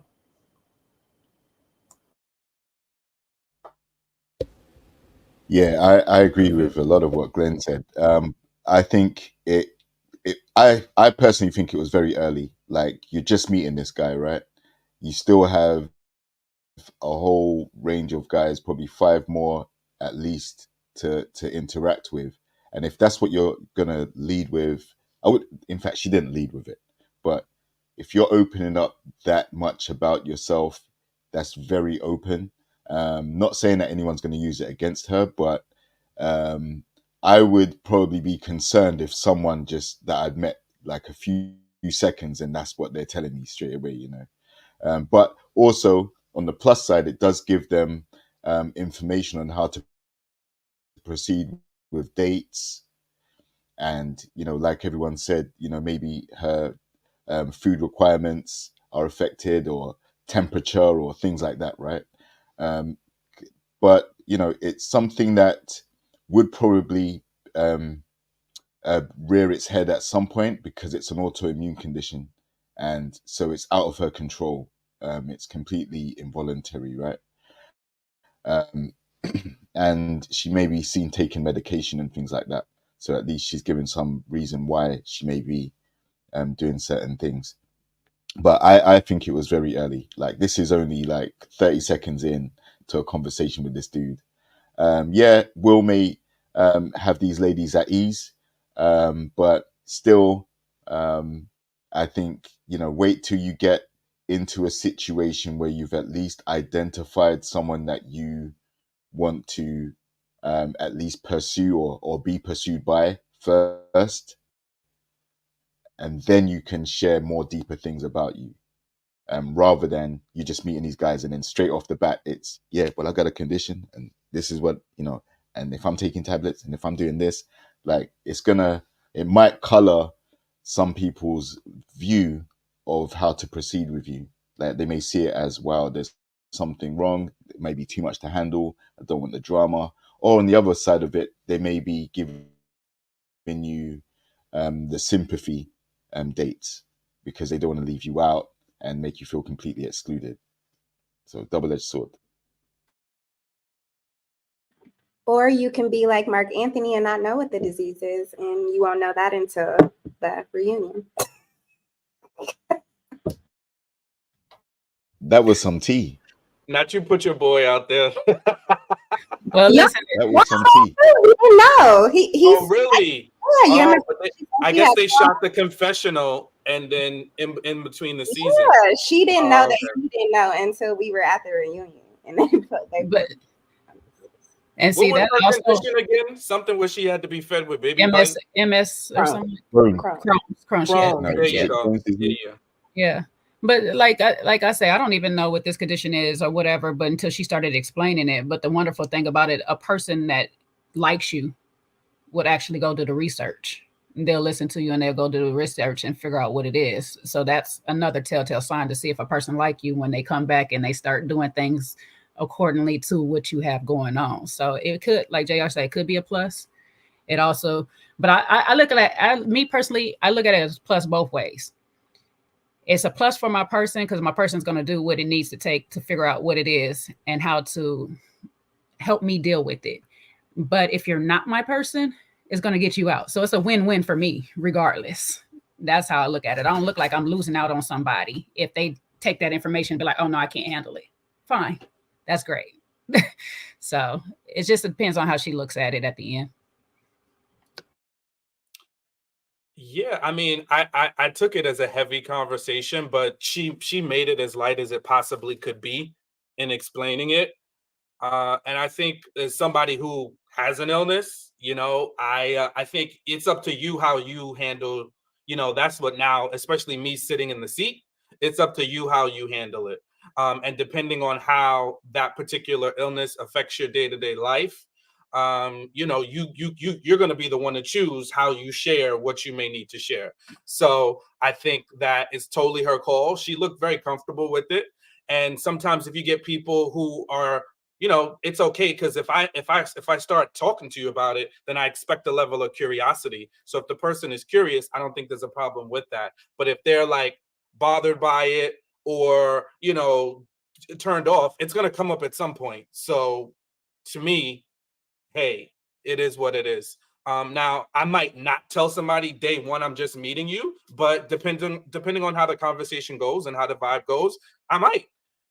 You know, and I think, again, we also have to think about it's for her. As much as we're concerned about Will and how he interprets it, who cares? He's not the one with the autoimmune issue. It's her. So it's how she's walking through life, processing, dealing with what she has to deal with. And sometimes part of that journey is talking about it, not being, you know, not holding it in and being ashamed, quote unquote, of the illness that you have, because that comes with its own sets of mental issues. You know, and I think that's where I switch on my empathy part, especially knowing that I'm somebody that goes through, you know, has been through an illness.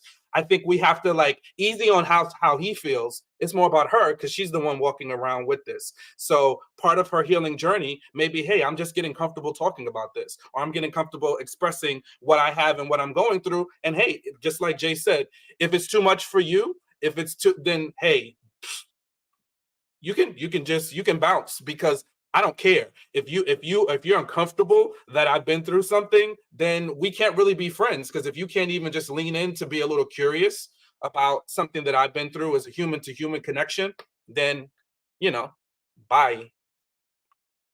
Let me add on to that though, Sean. I don't want to sit here, because we do this with our friends till we just dump. And we don't know what kind of position or place that our friends are in sometimes to even handle some of the stuff we dump on them. So I'm not saying be comfortable enough to just be, hi, my name is, and then start dumping all your stuff on somebody. But like we all have been saying up here, if the context of the conversation is flowing in that direction, and we're sitting here and we having a real deep conversation, then yeah, I might be shared, hey, what's something deep about you that you don't tell nobody? Oh, I have this issue. It might be like that.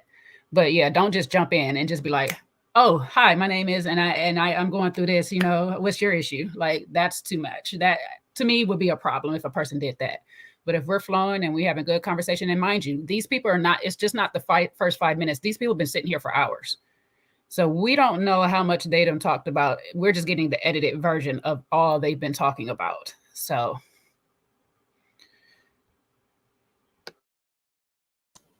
Yeah, I had to look it up. It's a skin condition. I had to ask the nurse that lives with me what it is. But it's definitely a skin condition underneath the lymph nodes, which helps her stop her from sweating, which goes into the basketball, you know, with her playing basketball, playing different things. So, you know, we said autoimmune is kind of basically just a skin condition. So I'd like to see the conversation leading up to it.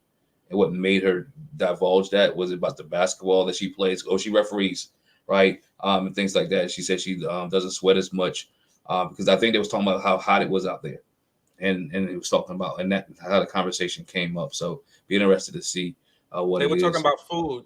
They were talking about food, and then she talked about her diet and how she has a more restrictive diet and why she eats clean. And then she segued to that. Yeah, segue. Thank you, Sean. yeah, so I guess one of the things to make sure she stayed clean in her diet. So it is good. So it's like it's more of a skin type condition that it is.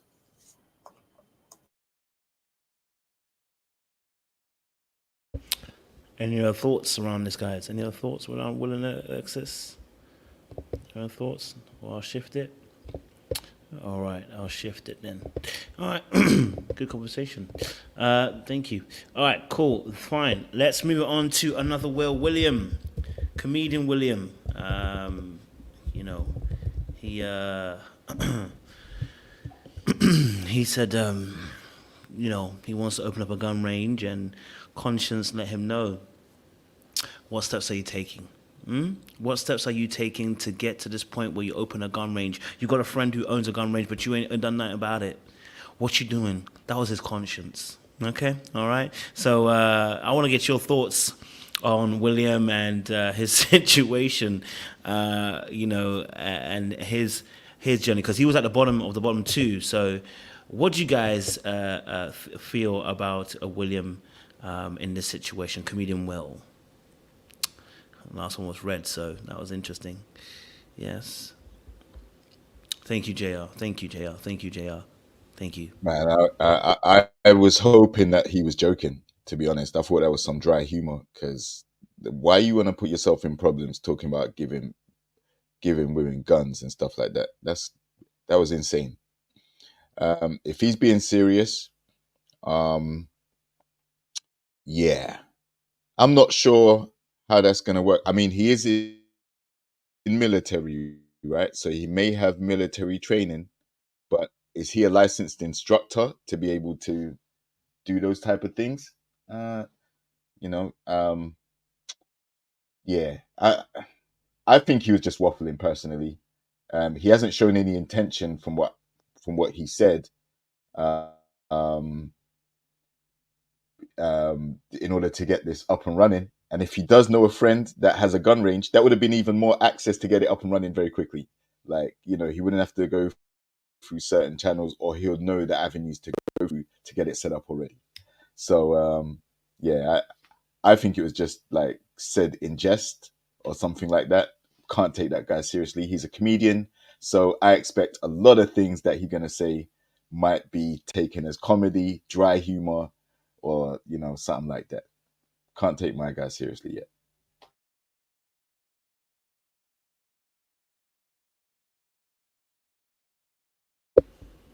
I don't know why y'all are waiting. Jay's here contemplating the whole entire situation, like rocking back and forth, like William don't open up a gun range and he ain't done it yet. Our good sis was really considering what's going on. She said, "Oh my God." It's a travesty. Yes, Glenn, thank you. Nah, man, like I said, if your buddy has half the job already done, it's easy to go ahead and put your name onto it, and y'all work out a building. And like yo, he has like almost 75% of the business in place. You just have to now go through people and women. And how unique do you think this business is going to be? A gun range just for African American women? Like, you didn't think this thing through. Like, what are you gonna make it special about having a gun range just for African American women? Because you said, I'm gonna make a gun range for Black women. Well, that's like a good idea. Like, did you write this out? Business plan this out? How many Black women in the area? The demographic where you live at? You didn't do none of this stuff. But you know, I'm just gonna. It's a good idea. It didn't make any sense to me. Like, if I'm women of color, so if I'm looking at this, I'm opening a gun range up for everybody, because I want everybody to come shoot, right? I want everybody to spend their money right there in this place, not just a certain demographic or type people.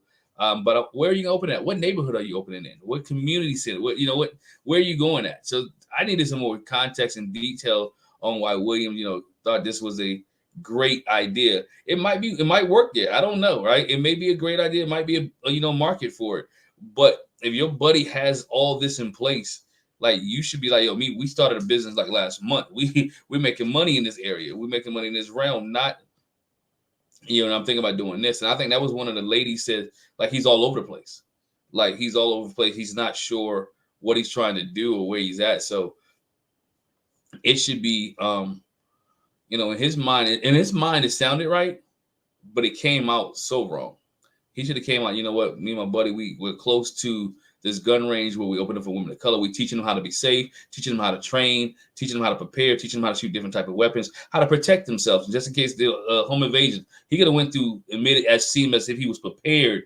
Not just we open up the gun range. What are you going to do with this? Why are you doing this? We're doing it for young girls, teaching them how to get their concealed weapons permit, how to handle and change a gun, single mothers, things of that nature.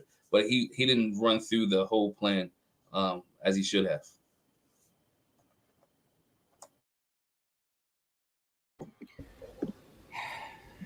Everything that Glenn just said, because I was going to say a man without a plan is just terrible, okay? A man with a plan is so sexy.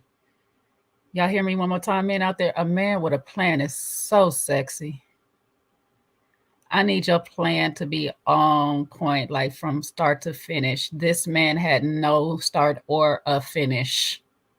He said he got a friend of a friend of a friend who has a friend that knows who has a gun range, okay? You don't even have your connections down. You all over the place. The fact that your background is in the Army, military, something like this, you should have so many leads right now. Your money should be ready, invested. You should at least have your business plan written up. You done invested in some few things.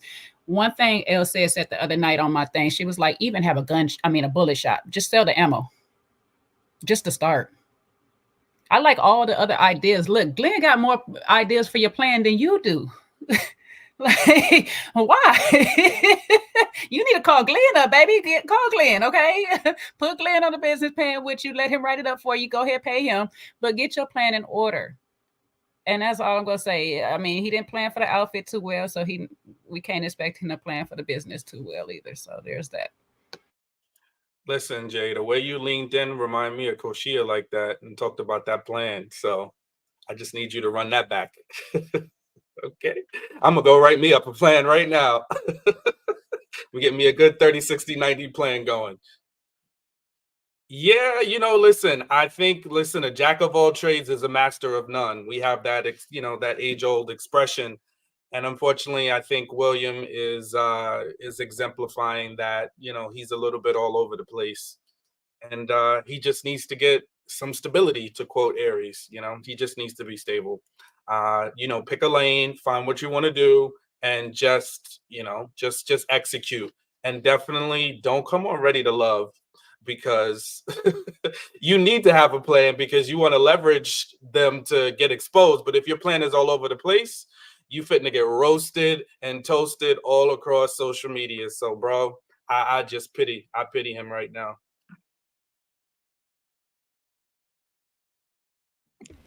I think that Will, he needs a plan, or excuse me, William, he needs a plan, or I would have even taken a really good lie. Because what he's going to look like is that he's suffering from Peter Pan syndrome, and it's the never want to grow up, never really have a job. And I know, especially myself, and in this climate, women are scared to date men with potential. So if he's coming with all of these potential ideas, half-lived careers, a little bit over here, a little bit over there, they're not going to see stability. And I heard a lot of women talk about the need for stability. A lot of these women have kids. He has kids of his own. So I think that even though we're just picking on this idea, and I do want to point out, you're in Texas. Baby, it's so oversaturated. It's one on every corner. There's a gun range on every corner. You can go get a gun at your local Walmart with an ID. Like, Texas is gun city. So women, and they need it. I knew a girl, they got guns ever since they were 11 and 12, and they stand by the Bible. So there's really no need for what he was proposing. Now, I would maybe it's a date idea or something like that, but I don't think it should have been presented as a business idea per se, because it just made him look, I don't know, just a little unstable as far as what women traditionally will look for in a partner. So I think he's suffering from the Peter Pan, and we'll see if he leave Never Land.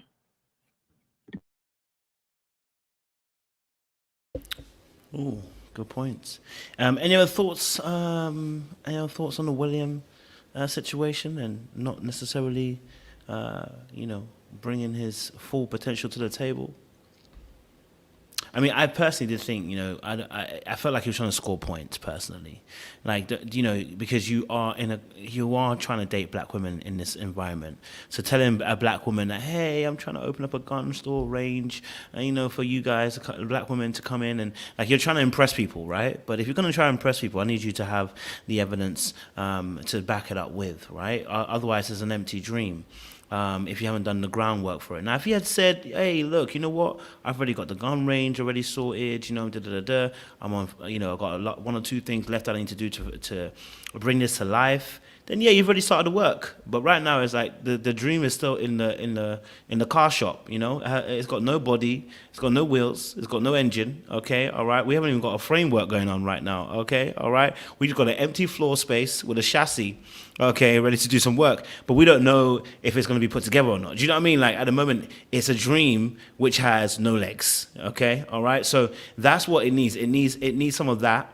It just needs some of that, so that just so that when you do go and say it, it doesn't become an empty dream. Because if he does one or two things, I've got a permit, I've got this, I've got that sorted already. I've connected with my guy now. We've got this going. Then it's like you've got things running. And it's like, okay, you actually put in some work forward. Now, he may generally make this work in maybe 1 year or 2 years. This may be up running, right? But just to put it out there, if you are going to be on that dating scene, you saying you want to get this thing done and not having anything done, you know what I mean? Like, I want to write my book, but you have no notes. You don't have no background information. You ain't done no research. Okay, you ain't even got a character's name. You haven't even got a book title. You know what I'm saying? You know what I mean? You got no structure that's in place to start the work foundational wise, and it's gonna look like an empty dream. And nobody wants that in 2024. It's crazy out here. Okay, all right. It's crazy out here. People just wanna, like you said, want some stability and want some consistency. So hopefully he gets that in place. But hey, he's a comedian, so hopefully, that comedian check is coming through steadily. And, that is something that he's got going on regularly. If that's the case, fantastic. He's got a good foundation and base to work from, and then he can start moving from there. You know what I mean? So, yeah, definitely hear you on that. Let's move on then. If no one else got any thoughts on William. Sorry, Glenn. Go for it. Real quick, man. Google, 2 minutes in Google. You said something, I had to look it up. Now, black women are the fastest growing group of gun owners. Even if we'd have led with that, black women are the fastest group of gun owners, and me and my buddies opened up a shop. That changes the whole conversation, because it seems as if he done some research.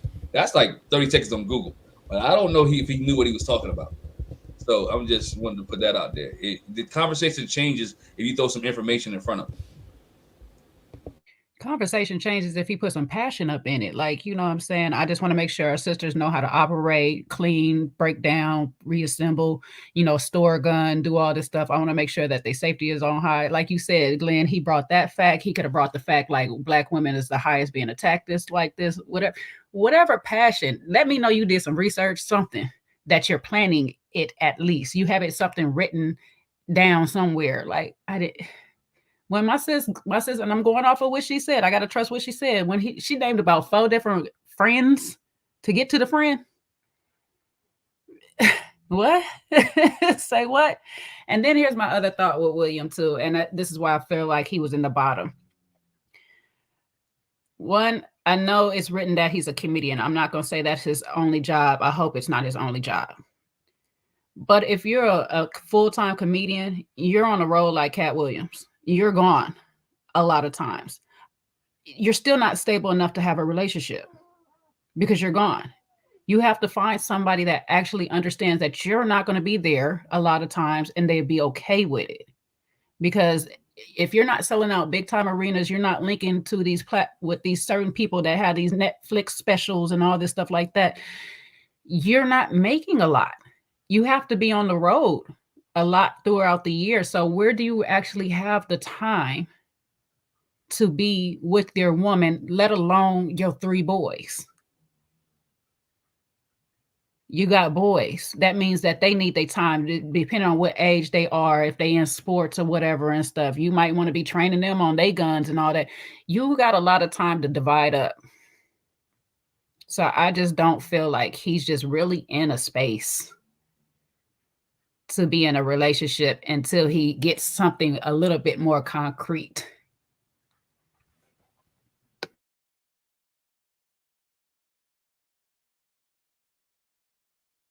I'm hearing it nice and strong. Any other thoughts on Williams without the cat? No? Let's see, the cat's got your tongue. Wait. Yes, Mercy, go for it. Okay. Have we at least done the minute? And maybe I'll do this on my own. Is he a real comedian? Because you know people lie on these shows. I don't know.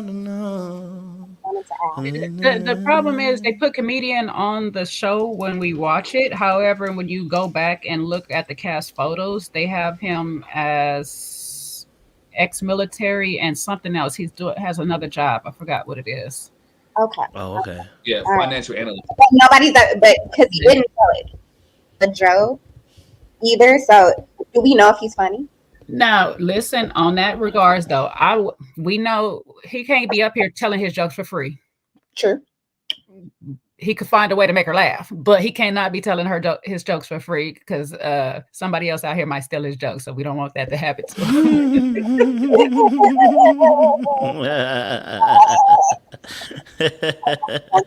How are you more funny than he is, OJ? Cat Williams was saying that earlier this week, right? So, I mean, he didn't have to tell a joke. He just needs to be funny. Yeah, we want him to get paid, though. We want him to get paid. Well, he needs to because he's trying to open a gun range. But I'm just saying that obviously he needs to be funny without bending the joke. Like, but then again, not every comedian is like situationally funny. But I'm just saying, like, he ain't. I didn't laugh one bit. Like, you know what I mean? I didn't hear no funny tone. I'm not even talking about a joke necessarily, but no funny comments, nothing like that. It didn't feel like that. You know what I mean? But then again, they might have cut it all out because I think some people said they didn't feel he was serious. So maybe he was joking a lot and we didn't know. So it's just really weird that they never captured any funny moments of him. You know what I mean? Which is kind of weird. We got April being funny. We got Will. I mean, other Will being funny. I know other people might find it offensive that he asked her about that ding-a-lang thing or whatever, but it is a little funny though, because I was thinking it, like I said, it's not properly placed. But I was thinking the same thing or whatever. So I don't know. Yeah, we'll see. He's still here, so we'll see Mercedes. Interesting. Any other thoughts on William before we go? The next part? No? All right, cool. Let's go to the next one. We got, I'm going to say Dominique. Is it Dominique? Am I saying it right? Is it Dominique? Yeah, Dominique the guy. Yeah, Dominique. He seems to be the ladies' favorite. I want to get your perspective. Why do y'all think that Dominique is the ladies' favorite? What is it about him? I know it probably is the arms, you know. Probably the fact that, you know, the brother is well built. He seems sensible. He's apparently a good listener. You know, he is empathetic. He's, he just seems a gentle soul. They said he's a gentle soul with large arms. So, you know, Mercy smiling. That's the one she does. She heard gentle soul with large arms, and she just grinned from teeth to teeth. I hear it. Why do you think that he's been the ladies' favorite? What is it that he's been doing, or what do you think that you've observed from watching his interactions or anything like that makes him the ladies' favorite? You know, have you seen anything that makes it that case? Yes, Mertz, thank you for setting up and telling us your truth. Go for it.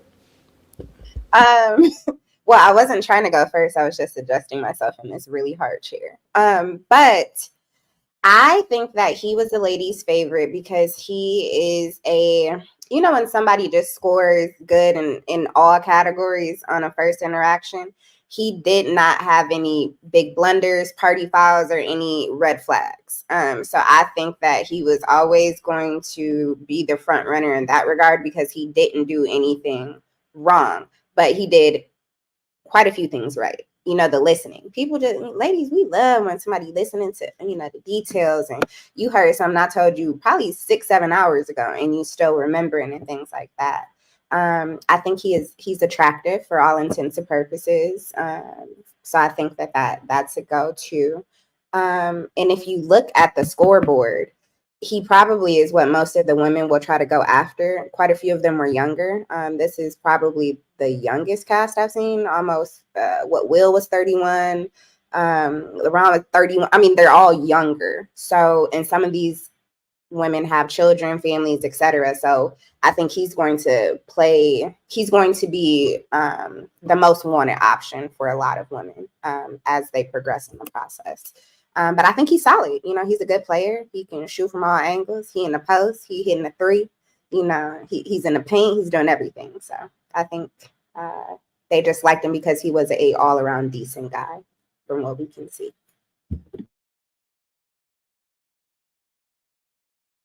I guess I get us ladies out the way real quick. Yeah, I agree with Merce. He present well. He seemed confident. You know, he's seemed like he's pretty easygoing, pretty easy to speak to. Of course, he paid attention, which was always a plus. You like that. That means he's attentive.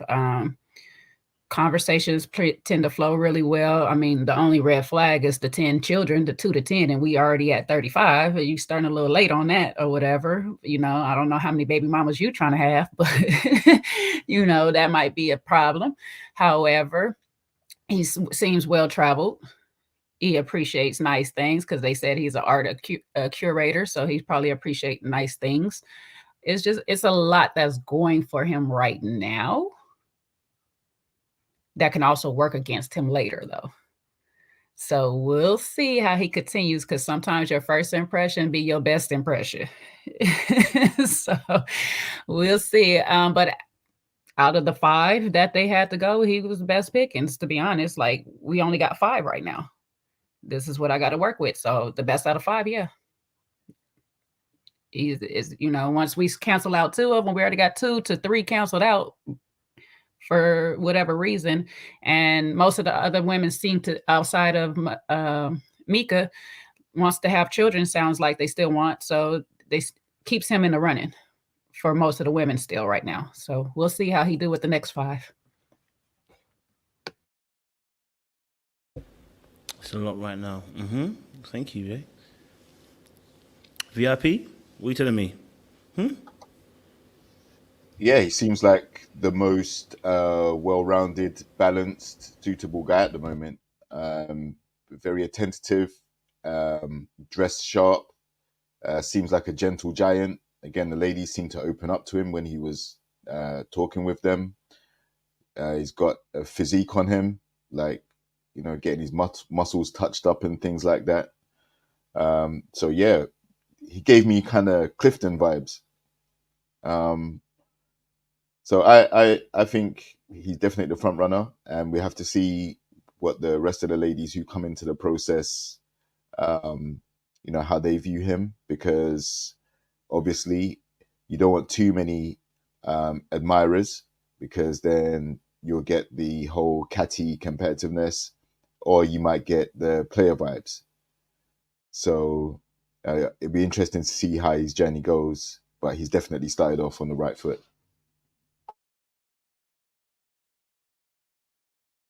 Thank you, JR. Glenn, what's your thoughts?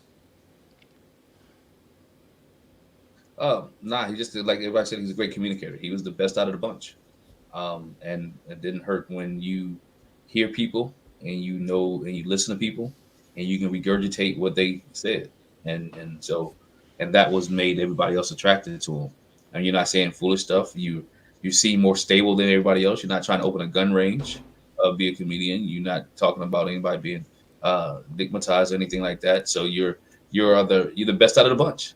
And so everybody was like, okay, this guy, as of right now, has it together. Smiled and liked the conversation. So at this point, you know, everybody, like, he's the least threatening when you talk about, or the least red flags when within that group. And so when you have to only eliminate one, then you can't eliminate him. So it's like, okay, we keep him around.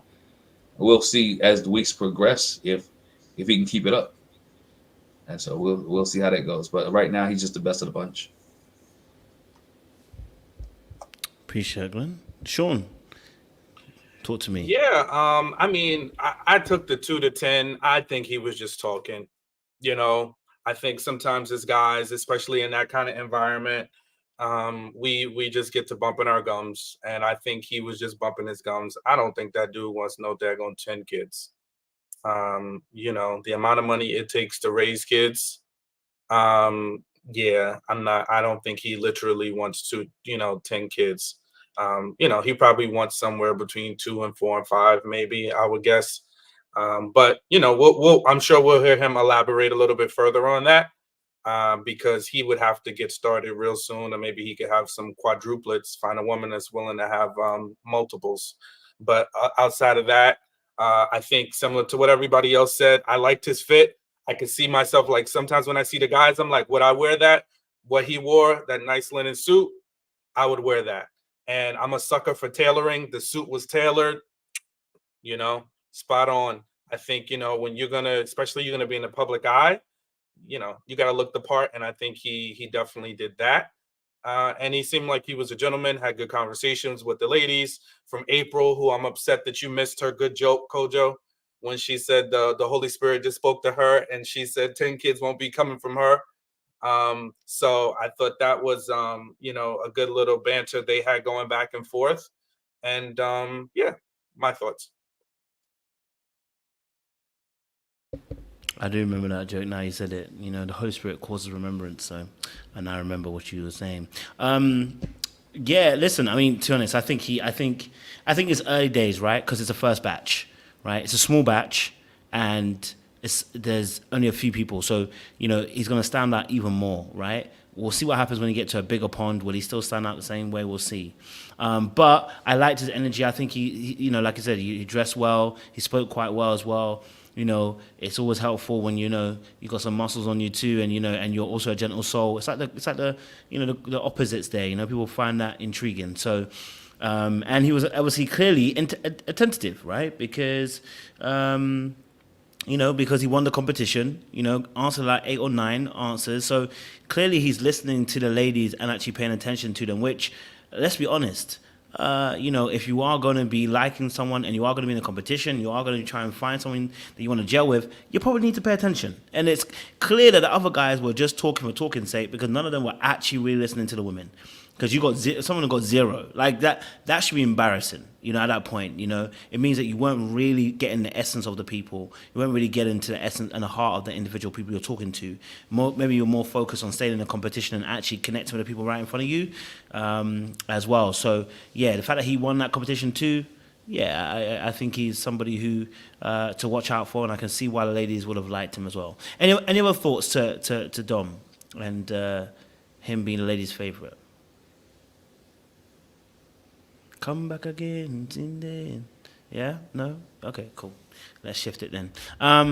Obviously, he had a conversation with April as well. She liked him as well, and that seemed like a really cool aspect. Let's talk a little bit about April then, because, you know, y'all said you remember April, and I said I don't remember her at all too much, to be honest. If I'm honest with you, I don't remember much about her. But I do remember now thinking about it, I do remember her making a joke to Will about being a drug lord or whatever, and she swiped his hand away when he tried to laugh and put his hand near her. She kind of swiped it away. That told me she wasn't going for anything Will was given either. And then she obviously had a conversation with Dom as well. But I want to get your thoughts. What do you guys think about April? You know, is it? Are we seeing something? Maybe I missed it. You know what I mean? Maybe I wasn't paying enough attention. Okay, all right. Talk to me. Is it summertime? You know? Yes, Sean. She reminds me a little bit of Precious, just slightly, ever so. Just like her little Precious from previous seasons. Yeah, yeah, yeah, exactly. Potomac. Yeah.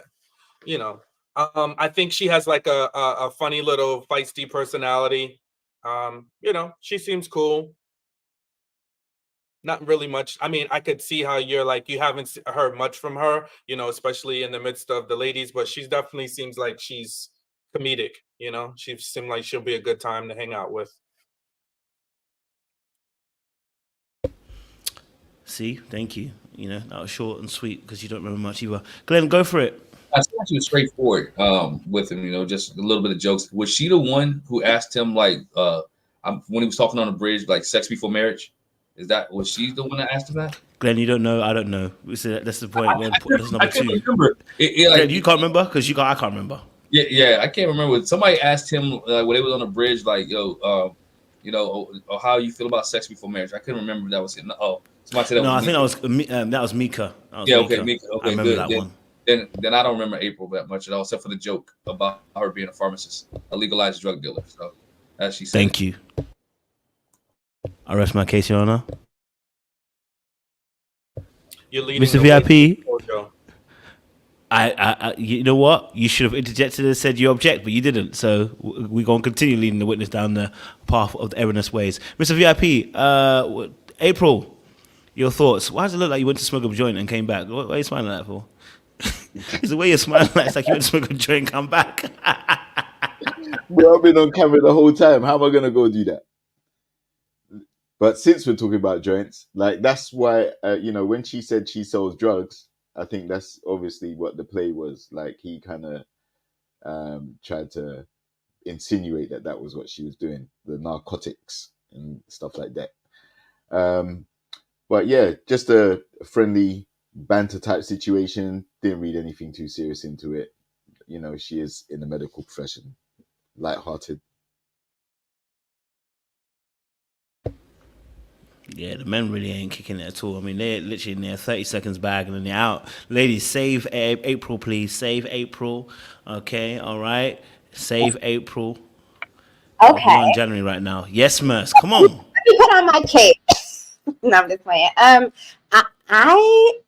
I'm okay with April. I think that she kind of reminds me of Sue Ann in this part where you maybe look at her job and career and you're going to assume that she's very straight-laced, nerdy. But when you have heard her be in conversation and some of the way that she answers, even with the funny joke, like I'll use Sue Ann. She's a lawyer by day, but I mean, she can rap. She's hilarious. Like she got a little swag sauce behind it. So I think that April maybe just, there's more underneath the hood and hopefully they will let her character develop. But I think she has more than maybe what her edit has shown us.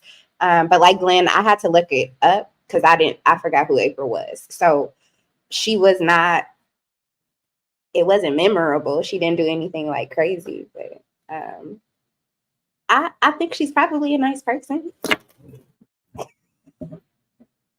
Is that bad? But it's not bad, but it's the fact that you said you're going to try and put your cape on and literally roll the roller coaster down into the depths of hell. So, by always, I didn't say where I was taking her on my cape.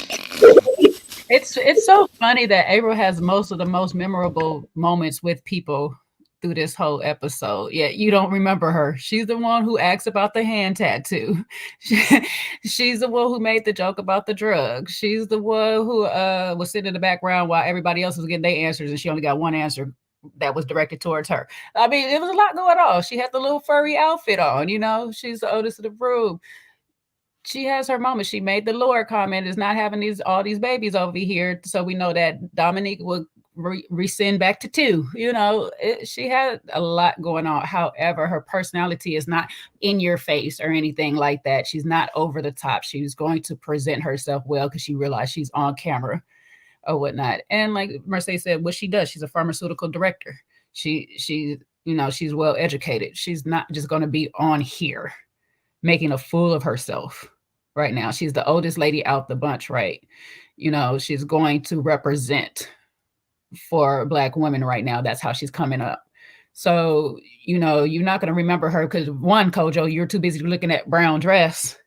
You ain't focused on anything else. You ain't worried about April, okay? Every time the camera went to April, you like, go back, okay? So you're not worried about anybody else.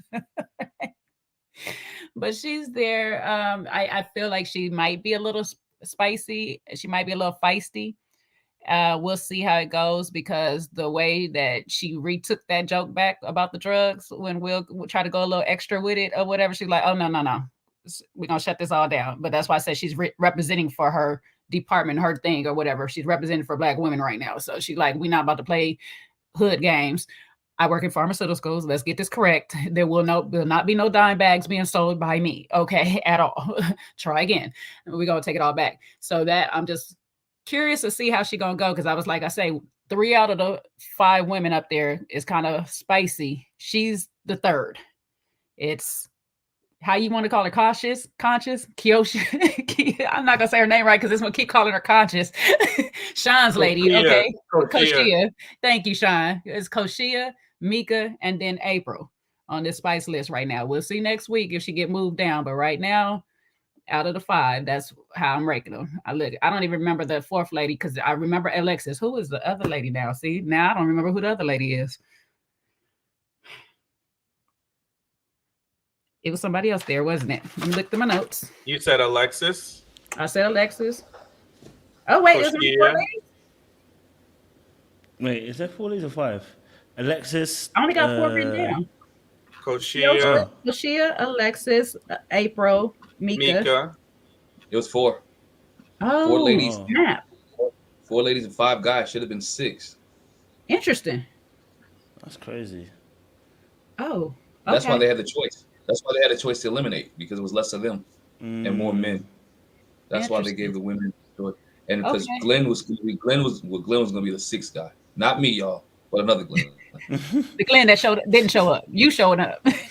Yeah, I'm showing up. Okay. All right. Okay, fair enough. So I think it's clear. I mean, I've run the panel. I've run a little poll there, and most people are saying they do remember April. So clearly I'm wrong, and the 6 of y'all are wrong with me. So because none of you can remember her either. Okay. I remember Jay said that was it Jay? Was it her? Was it even April who asked about the tattoo? I thought that was Conscience. Was it Conscious? It was 2 people in purple. Sorry, they both had purple. See what I'm saying? I remember her. I'm trying to make it work. I'm trying to make it work for her. With the baby comment with Dominique or Dominique, whatever his name is. She had the comment with Dominique, and she had the one with Will, and then she was sitting in the back in her little feathers waiting for her name, because I was like, dang, they ain't got no questions on her. Everything is on Mika and Kosheia. I remember the feathers, baby. I remember the feathers. I can't lie to you, April does remind me of someone. A couple of seasons back, Sean, remember Flip Flop Gal? What's her name? Vegan. The lady that you were cussing because her feet were flip flopping with the shoes. What is her name? Oh, the one that came on. She came in later in the process. She went on that date. Yeah, she was flip flopping down the street. Yeah, I forgot her name too. Oh man, that pissed me off. AP. There you go. She reminds me of AP. Very, very, like that. It reminds me a little bit of that as well. Situation. So. Yeah, Sean was definitely on hot on that day, boy. So then flip-flopping. All right, cool. So we'll move from April then as well. Next one is, I think have we gone through everyone? Pretty much. Have I hit everybody? Because all the ladies are done as well. We've done Conscience already. We've done. Oh no, we haven't done Malika. So let's get her going. Okay, so I want to get your thoughts on Malika. Not all you right. Forgetting your own boo. Okay, Malika. let's get our thoughts on Malika. Listen, what's your thoughts to her? She already got 2 kids. She ain't trying to have any more kids, but she was talking to Dom. And she seemed very interesting as well. So, I wasn't sure how that was going to work. As well. So, but what's your thoughts, guys? And she, dropped a little joke about Nutcracker Boy as well. So, listen, she clearly got one or two laughs and a few bars in her. I want to know what's your thoughts, guys, to Malika. You definitely didn't forget her, did you, guys? Yeah, you knew who she was. You see that? Yeah, nobody forgot that. Yes, who let's go first with Malika? Yes, Sean, shaking your head. You go for it. Yeah, I mean, me liked her too. The only thing that, kind of canceled her out in my imaginary dating pool option is the fact that she don't want any more kids. So once I heard that, I was like, can't take her seriously because, want that legacy. But, she seemed to have good banter, very beautiful. She was I think she's in skincare, something like that. And from the looks of it, she's in the right field. Her skin was looking good. I didn't really hear her say anything super memorable, but it's not like she said anything distasteful either, So she was cool. She seems cool. Yeah. Who's next? Talk about Malika. Talk to me. Yeah, Glenn lifts his head. Fantastic, Glenn. Go for it. Yeah. I agree with Sean. I mean, she said some of the right things. Only thing that caught my attention was when they was playing a game, which made her sound like a sports groupie. Unless she knew somebody who was in the league, was what athlete flies you out and leaves you in the car while he goes in and get a facial? And I'm thinking here, like, okay, so you're in a place where you see a lot of athletes who try to hook up with you and who's willing to fly you out, and you just sit in the car in Atlanta while he's in there getting a facial. And I'm starting to think, is that one of your baby daddies? Is that one of your baby daddies? Is that one somebody that you dealt with on a regular basis? Like, where are you at where you meeting athletes that's just going to fly you out? Are you hanging out after the game? Are you so those questions came to mind because I have some reporter friends of mine who, you know, athletes go after, who they be in their DMs. So I mean, I can see why. I'm just wondering. I'm just that was the only thing that I caught when they was playing the game in which she said that, like, okay, here, like what is going on with her here? So you know, she says she's done with having kids. So the person she's with, or the person that she's going to be with, she doesn't want any more kids. So that can eliminate some of the men there too that may want kids. So, but other than that, I mean, you guys said everything. She is a very attractive lady, and right now she has the attention of most men. I love that. I don't know. Someone said it. Did they say athlete? I don't know. I can't remember if they said athlete or celebrity. I think they said celebrity or athlete. I'm not sure. You know, but you know what? Her wearing that brown dress, I can see why. You know, they might not have caught no touchdown passes, but they would have caught her in that situation. No, stop. All right, listen, let me see. We have to be serious. You guys let me be crazy. It's Mercedes booked the ticket, so she knows who it is. She was on her flight in first class. All right, Sean, stay over there. What do you say? The things I have seen, I keep to myself. Yes, but Mercs, what's your thoughts? Malika, what's your thoughts on her, man? Absolutely stunning. And she is one that I remembered.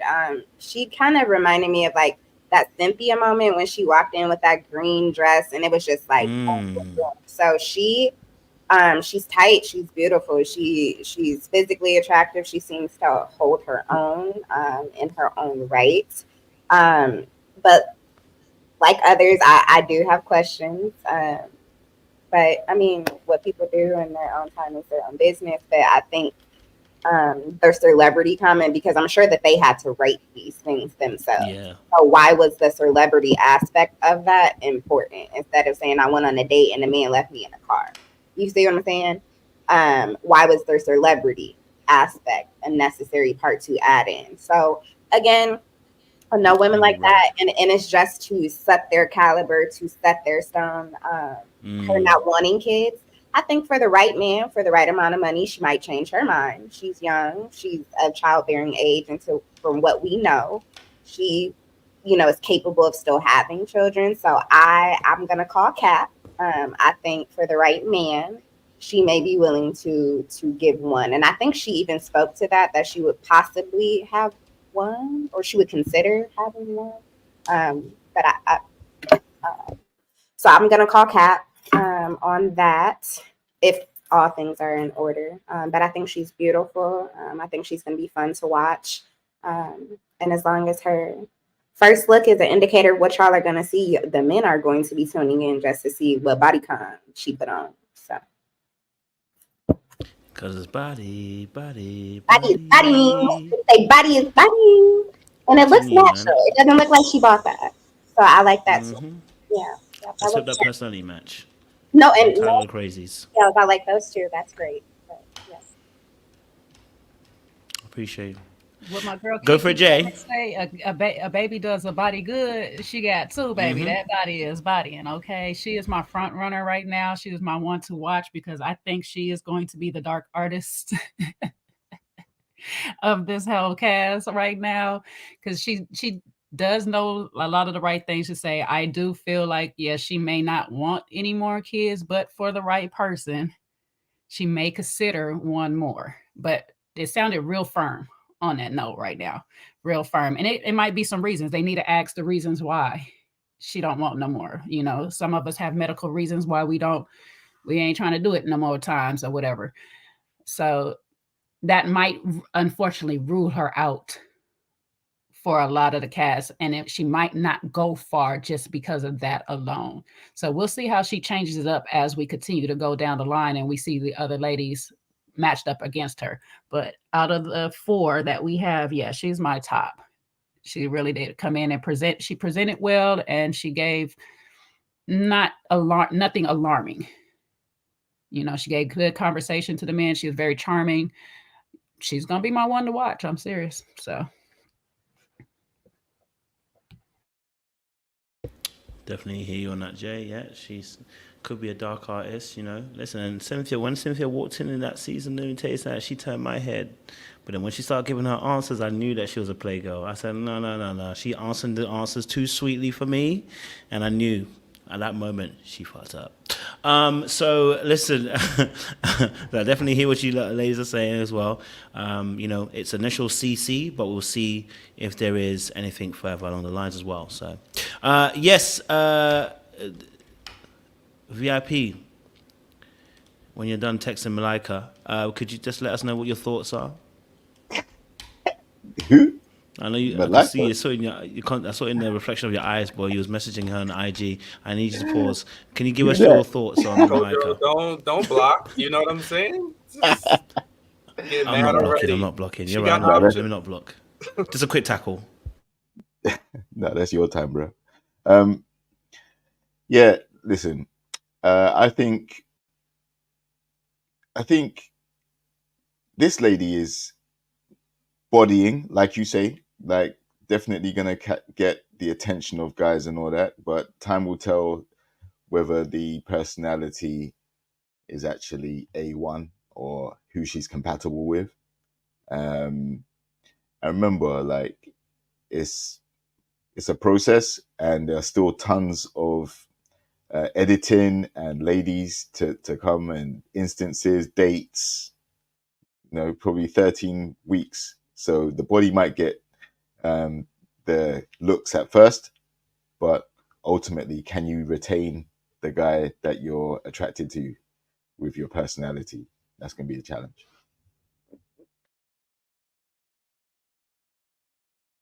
Appreciate it, Mr. VIP.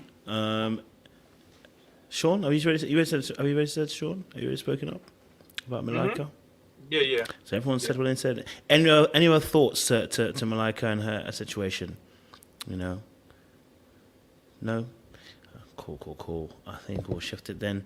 I think that's it. I mean, I think we've gone through all the parties, right? The ladies, it was Mika, it was Kosheia, there was Alexis, who we spoke about 2, and April. That's the 4. And the guys were Dom, it was Diamonte, it was Will, it was William, and then there's Lauron. We've spoken about all the people there as well. So I think we've gone through everything as well. I don't know if you guys obviously saw the previews for the next few weeks. It seems like it's going to be a bit of carnage going forth. What's your thoughts into what's going to happen in the next few weeks in terms of some of the previews? It looks like it was going to be a little bit of craziness going on between some of the ladies, as usual, and I want to get your thoughts on that before we kind of wrap it up on here as well. Yeah, final thoughts on what you might be seeing in the next week or so.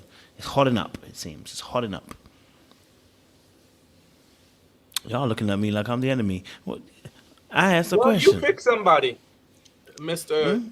I'm on 10. Go ahead.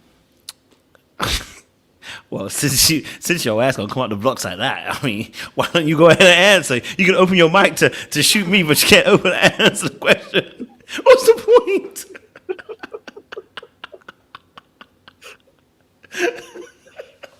Yo, you are killing me today. You are killing me. Yeah, no, like I was kind of talking about it a little bit earlier. I can't defend baby girl.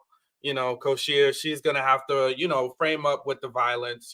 Just calm down, sis. It's never that serious. First in when they were in deliberation talking about the dudes, then she's talking about, she ready to pull out Alexis's curls. Come on now. And then she must got a thing with Alexis. I don't know what it is. I'm not sure why, maybe they know each other or know of each other. I'm not sure what the issue is, because then again, they're tussling. They're tussling again over God knows what. And she's talking about, oh, we can get this going. Don't make me smack you. It's like, come on, lady.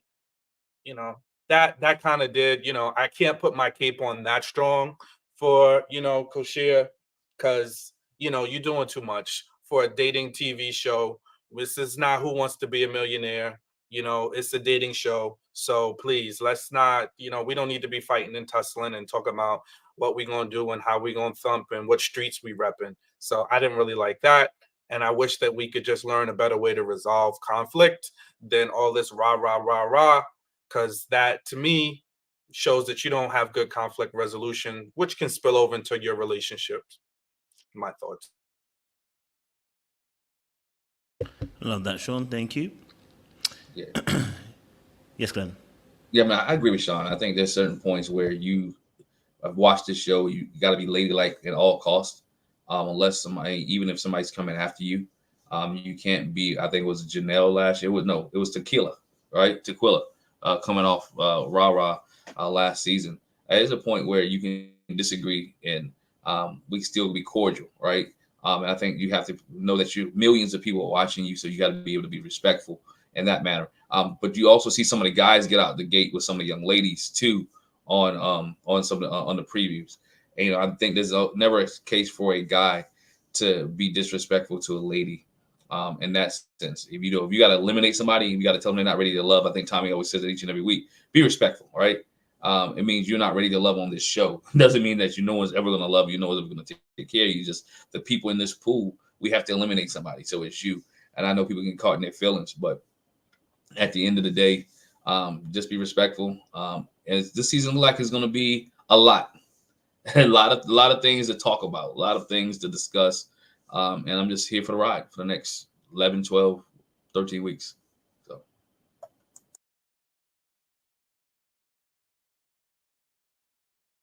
Thank you, Glenn.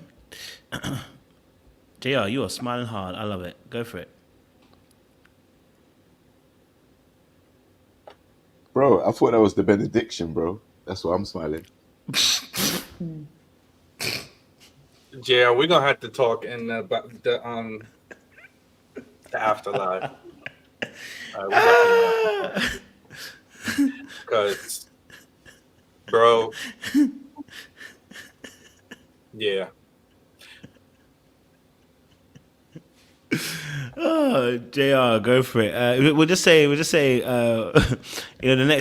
previews for the next few weeks looks kind of crazy. A couple of people are fighting and stuff like that. I want to get your thoughts on that. Yeah, like looks like there's gonna be some fisticuffs. There's gonna be some romance. Got a dude with long braids coming in. Look like he's gonna charm a few. Don't know what he's getting down on one knee for though. You know, especially so soon. So not sure what that's about. But yeah, looks like it's gonna be a very event-filled season, and I'm looking forward to it. Love that. Mercs, what's your thoughts on the upcoming season, baby? I think that we are going to be disappointed yet entertained.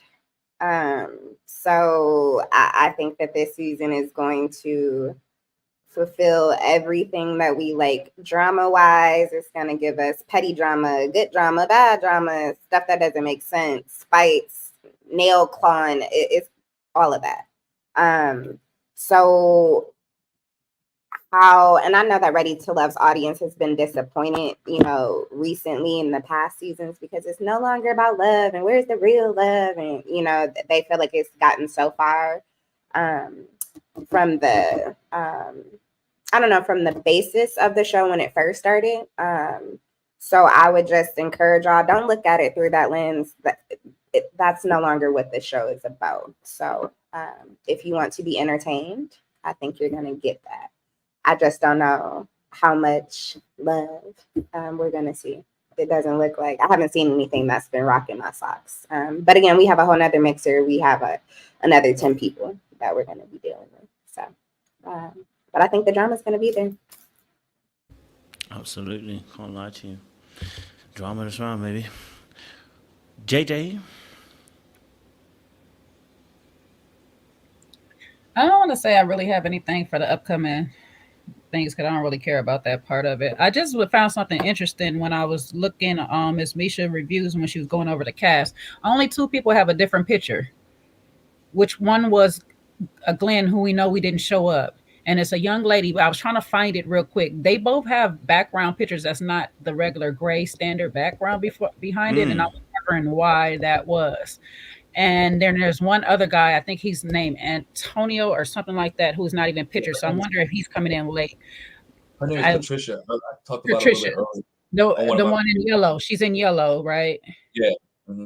Okay, I was wondering why their two backgrounds was different from everybody else's. Well, Glenn, we understand he didn't show up, so plus his whole outfit is different. And I was just wondering why they even still give him a picture if he not gonna still be a part of the show at some point. Why do we even care? Like, he didn't show up to the first one, he didn't do this. Why give him a picture?